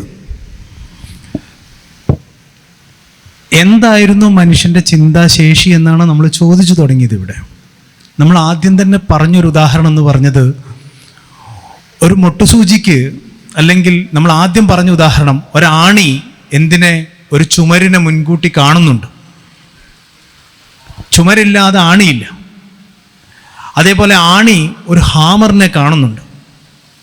അവിടെ ഒരു ഹാമറുണ്ട്. ഹാമർ എന്ന് പറയുന്നത് അതിൻ്റെ പിറകിൽ അത് പിടിക്കാനുള്ളൊരു കയ്യെ കാണുന്നുണ്ട്, ഒരധ്വാന ശേഷി കാണുന്നുണ്ട്. അതായത് നമ്മൾ കാണുന്ന ഓരോ മെഷീൻ്റെ പിറകിലും വേറൊരു അബ്സ്ട്രാക്റ്റ് മെഷീനുണ്ട് എന്ന് പറയും. ആ ഒരർത്ഥത്തിൽ മനുഷ്യൻ്റെ ചിന്ത എന്ന് പറയുന്നത് റെപ്രസെൻറ്റേറ്റീവ് അല്ല. കാര്യം എന്ന് പറയുന്നത്, ഭൂമിയിൽ എന്തെങ്കിലും ഒരു സംഗതി ഉണ്ടെങ്കിൽ അതിൻ്റെ കൃത്യമായ ചിത്രം നമ്മുടെ തലയിൽ പതിഞ്ഞ് നമ്മളൊരു ആശയങ്ങളുടെ തലത്തിൽ ഉണ്ടാക്കുന്ന ഒരു സംഗതി അല്ല. അതിന് പകരം തിങ്കിങ് വിത്ത് എന്നെടുത്തു കഴിഞ്ഞാൽ മനുഷ്യൻ മൊബൈലിനെ ഒപ്പം ചിന്തിക്കുന്നു എന്ന് പറയുന്നത്. അപ്പോൾ നമുക്ക് അങ്ങനെ വരുമ്പോൾ നമുക്കൊരു അഭാവമല്ല. ഈ പറയുന്ന ഓരോ സംഗതികളും നമ്മൾ എത്രമാത്രം ഫലപ്പെടുത്തുന്നു എന്നുള്ളതാണ് നമ്മൾ ആലോചിക്കുന്നത്. മൊബൈൽ ഫോൺ, AI, ഇതൊക്കെ ഈ മനുഷ്യൻ്റെ ചിന്ത എന്ന് പറയുന്നത് അല്ല നമുക്കിവിടെ മാതൃക. മനുഷ്യൻ്റെ ചിന്ത തന്നെ മെഷീനിക്കാണ് എന്ന് പറഞ്ഞിട്ടാണ് നമ്മൾ തുടങ്ങിയത്. മെഷീനിക് എന്ന് പറയുന്നത് പല രീതിയിലുള്ള കാര്യങ്ങൾ കൂട്ടിച്ചേർന്നിട്ടാണ് മനുഷ്യൻ്റെ ചിന്ത ഉണ്ടാവുന്നത്. എങ്ങനെയാണ് മനുഷ്യൻ്റെ തന്നെ ചിന്ത ഉണ്ടാവുന്നത് എന്നുള്ളതിനെ കുറിച്ചിട്ടാണ് നമ്മൾ മാർക്കോവിയൻ ചൈനൊക്കെ ഉപയോഗിച്ചിട്ട് നമ്മളിവിടെ വിശദമായിട്ട് നമ്മൾ പറഞ്ഞു അതെങ്ങനെയാണെന്നുള്ളത്. ഇപ്പോൾ ഞാനതാണ് പറഞ്ഞത്, പ്രെഡിക്റ്റീവ് ടെക്സ്റ്റ് എന്ന് പറഞ്ഞിട്ട് നമ്മൾ പറഞ്ഞു. അതായത് ഒരു മൊബൈലിൽ നമ്മൾ MA എന്ന് എഴുതുമ്പോൾ മാൻ എന്ന് നിങ്ങളുടെ ഇതിലും എൻ്റെ ഇതിൽ മാംഗോ എന്നും മറ്റൊരാളുടെ ഇതിൽ മാൻ പവർ എന്നും ഒക്കെ വരുന്നത് അവിടെ എന്ന് പറയുന്നത് മൊബൈൽ ആലോചിച്ചിട്ടല്ല ചെയ്യുന്നത്. അവിടെ എന്താണ് എന്ന് പറയുന്നത്, എന്തൊക്കെ കാര്യങ്ങളാണ് ഇന്നലെ നടന്നത്, തൊട്ടടുത്ത അടുത്ത സ്റ്റെപ്പ് എന്താണെന്ന് നിശ്ചയിക്കുന്നു. നിങ്ങൾ ഇന്ന് മാൻ പവർ എന്ന് 10 പ്രാവശ്യം എഴുതി കഴിഞ്ഞാൽ നാളെ P എന്ന് എഴുതുമ്പോൾ മാൻ പവർ എന്ന് അവിടെ എഴുതി വരും. ഇതേ പാറ്റേൺ നമ്മുടെ ബുദ്ധിയും ശീലിക്കുന്നുണ്ട്. അത് കൂടുതൽ സ്റ്റാറ്റിറ്റിക്കലാണ് നമ്മുടെ ബുദ്ധി എന്ന് പറയുന്നത്. നമ്മുടെ ബുദ്ധി നമ്മളിങ്ങനെ ആലോചിച്ച് ചെയ്യുന്നു എന്നുള്ളതിനേക്കാൾ കൂടുതൽ പലപ്പോഴും സ്റ്റാറ്റിക്കലാണ്. അതിൻ്റെ ഏറ്റവും ഉദാഹരണം എന്താണ്? ഏറ്റവും മനോഹരമായ ഒരു ലേഖനം എന്ന് പറയുന്നത് ChatGPT നിമിഷങ്ങൾ കൊണ്ട് എഴുതും, മനുഷ്യനെ അത്ഭുതപ്പെടുത്തുന്നത്. അപ്പോൾ നമുക്കുണ്ടാവും മനുഷ്യന് മാത്രം ചിന്തിക്കാൻ വേണ്ടി പറ്റുന്നു എന്നുള്ള രീതിയിൽ നമുക്ക് ആലോചിക്കാൻ വേണ്ടി പറ്റില്ല. അപ്പോൾ അത് ഒരു മാർക്കോവിയൻ ചൈൻ പോലെയാണ്. അതായത് അത് കൂടുതൽ പ്രോബബിലിസ്റ്റിക് ആണ്. ആലോചിക്കുന്നത് നമ്മുടെ ചിന്തയും അതുപോലെ ഈ ഒരു മാർക്കോവിയൻ ചൈൻ പോലെ. അതായത് മനുഷ്യൻ്റെ ചിന്ത ഈ പറയുന്ന ആർട്ടിഫിഷ്യൽ ഇൻ്റലിജൻസ് മിമിക് ചെയ്യുകയല്ല ചെയ്യുന്നത്. പകരം എന്താണ്? മനുഷ്യൻ്റെയും യന്ത്രത്തിൻ്റെയും ഒക്കെ ചിന്തകൾ കൂടിക്കലരുകയാണ് ചെയ്യുന്നത്. ഒരർത്ഥത്തിൽ മനുഷ്യൻ തന്നെ ഒരു യന്ത്രം പോലെ പ്രവർത്തിക്കുന്നതാണ്. അവിടെയാണ് ഞാൻ പറഞ്ഞു തുടങ്ങിയത്. എൻ്റെ പ്രധാനപ്പെട്ട പോയിന്റ് അതായിരുന്നു, മനുഷ്യൻ തന്നെ ഒരു യന്ത്രമാണ് എന്നുള്ളത്. യന്ത്രമെന്ന് പറയുന്നത് ഒരു ഒഴുക്കിൻ്റെ ഒരു തരം ബ്രേക്കുമാണ് എന്ന് പറഞ്ഞിട്ടാണ് തുടങ്ങിയത്. ഒരു മുലപ്പാല് എന്ന് പറയുന്നത് കുട്ടി അത് കുടിക്കുന്ന സമയത്ത് ആ ഫ്ലോയെ കുട്ടി അത് ബ്രേക്ക് ചെയ്യുന്നു, എന്നിട്ട് അതിൻ്റെ കോഡിലേക്ക് മാറ്റുന്നു. അത് വീണ്ടും ആമാശയത്തിലൂടെ മറ്റൊന്നായിട്ട് മുറിഞ്ഞു പോകുന്നു. അതിനെ വീണ്ടും സൂക്ഷ്മജീവികൾ വീണ്ടും മുറിക്കുന്നു. പ്രപഞ്ചം തന്നെ ഇത്തരം പലതരം യന്ത്രങ്ങളാണ് എന്ന് പറയുന്നു. സൂര്യനൊരു യന്ത്രം, ചന്ദ്രനൊരു യന്ത്രം, ഈ സൂര്യനുമായിട്ട് ചേർന്ന് നിൽക്കുന്ന ഈ കാണുന്ന മരങ്ങളൊരു യന്ത്രം, ഈ മരത്തിനോട് ചേർന്ന് നിൽക്കുന്ന ഞാൻ ഒരു യന്ത്രം.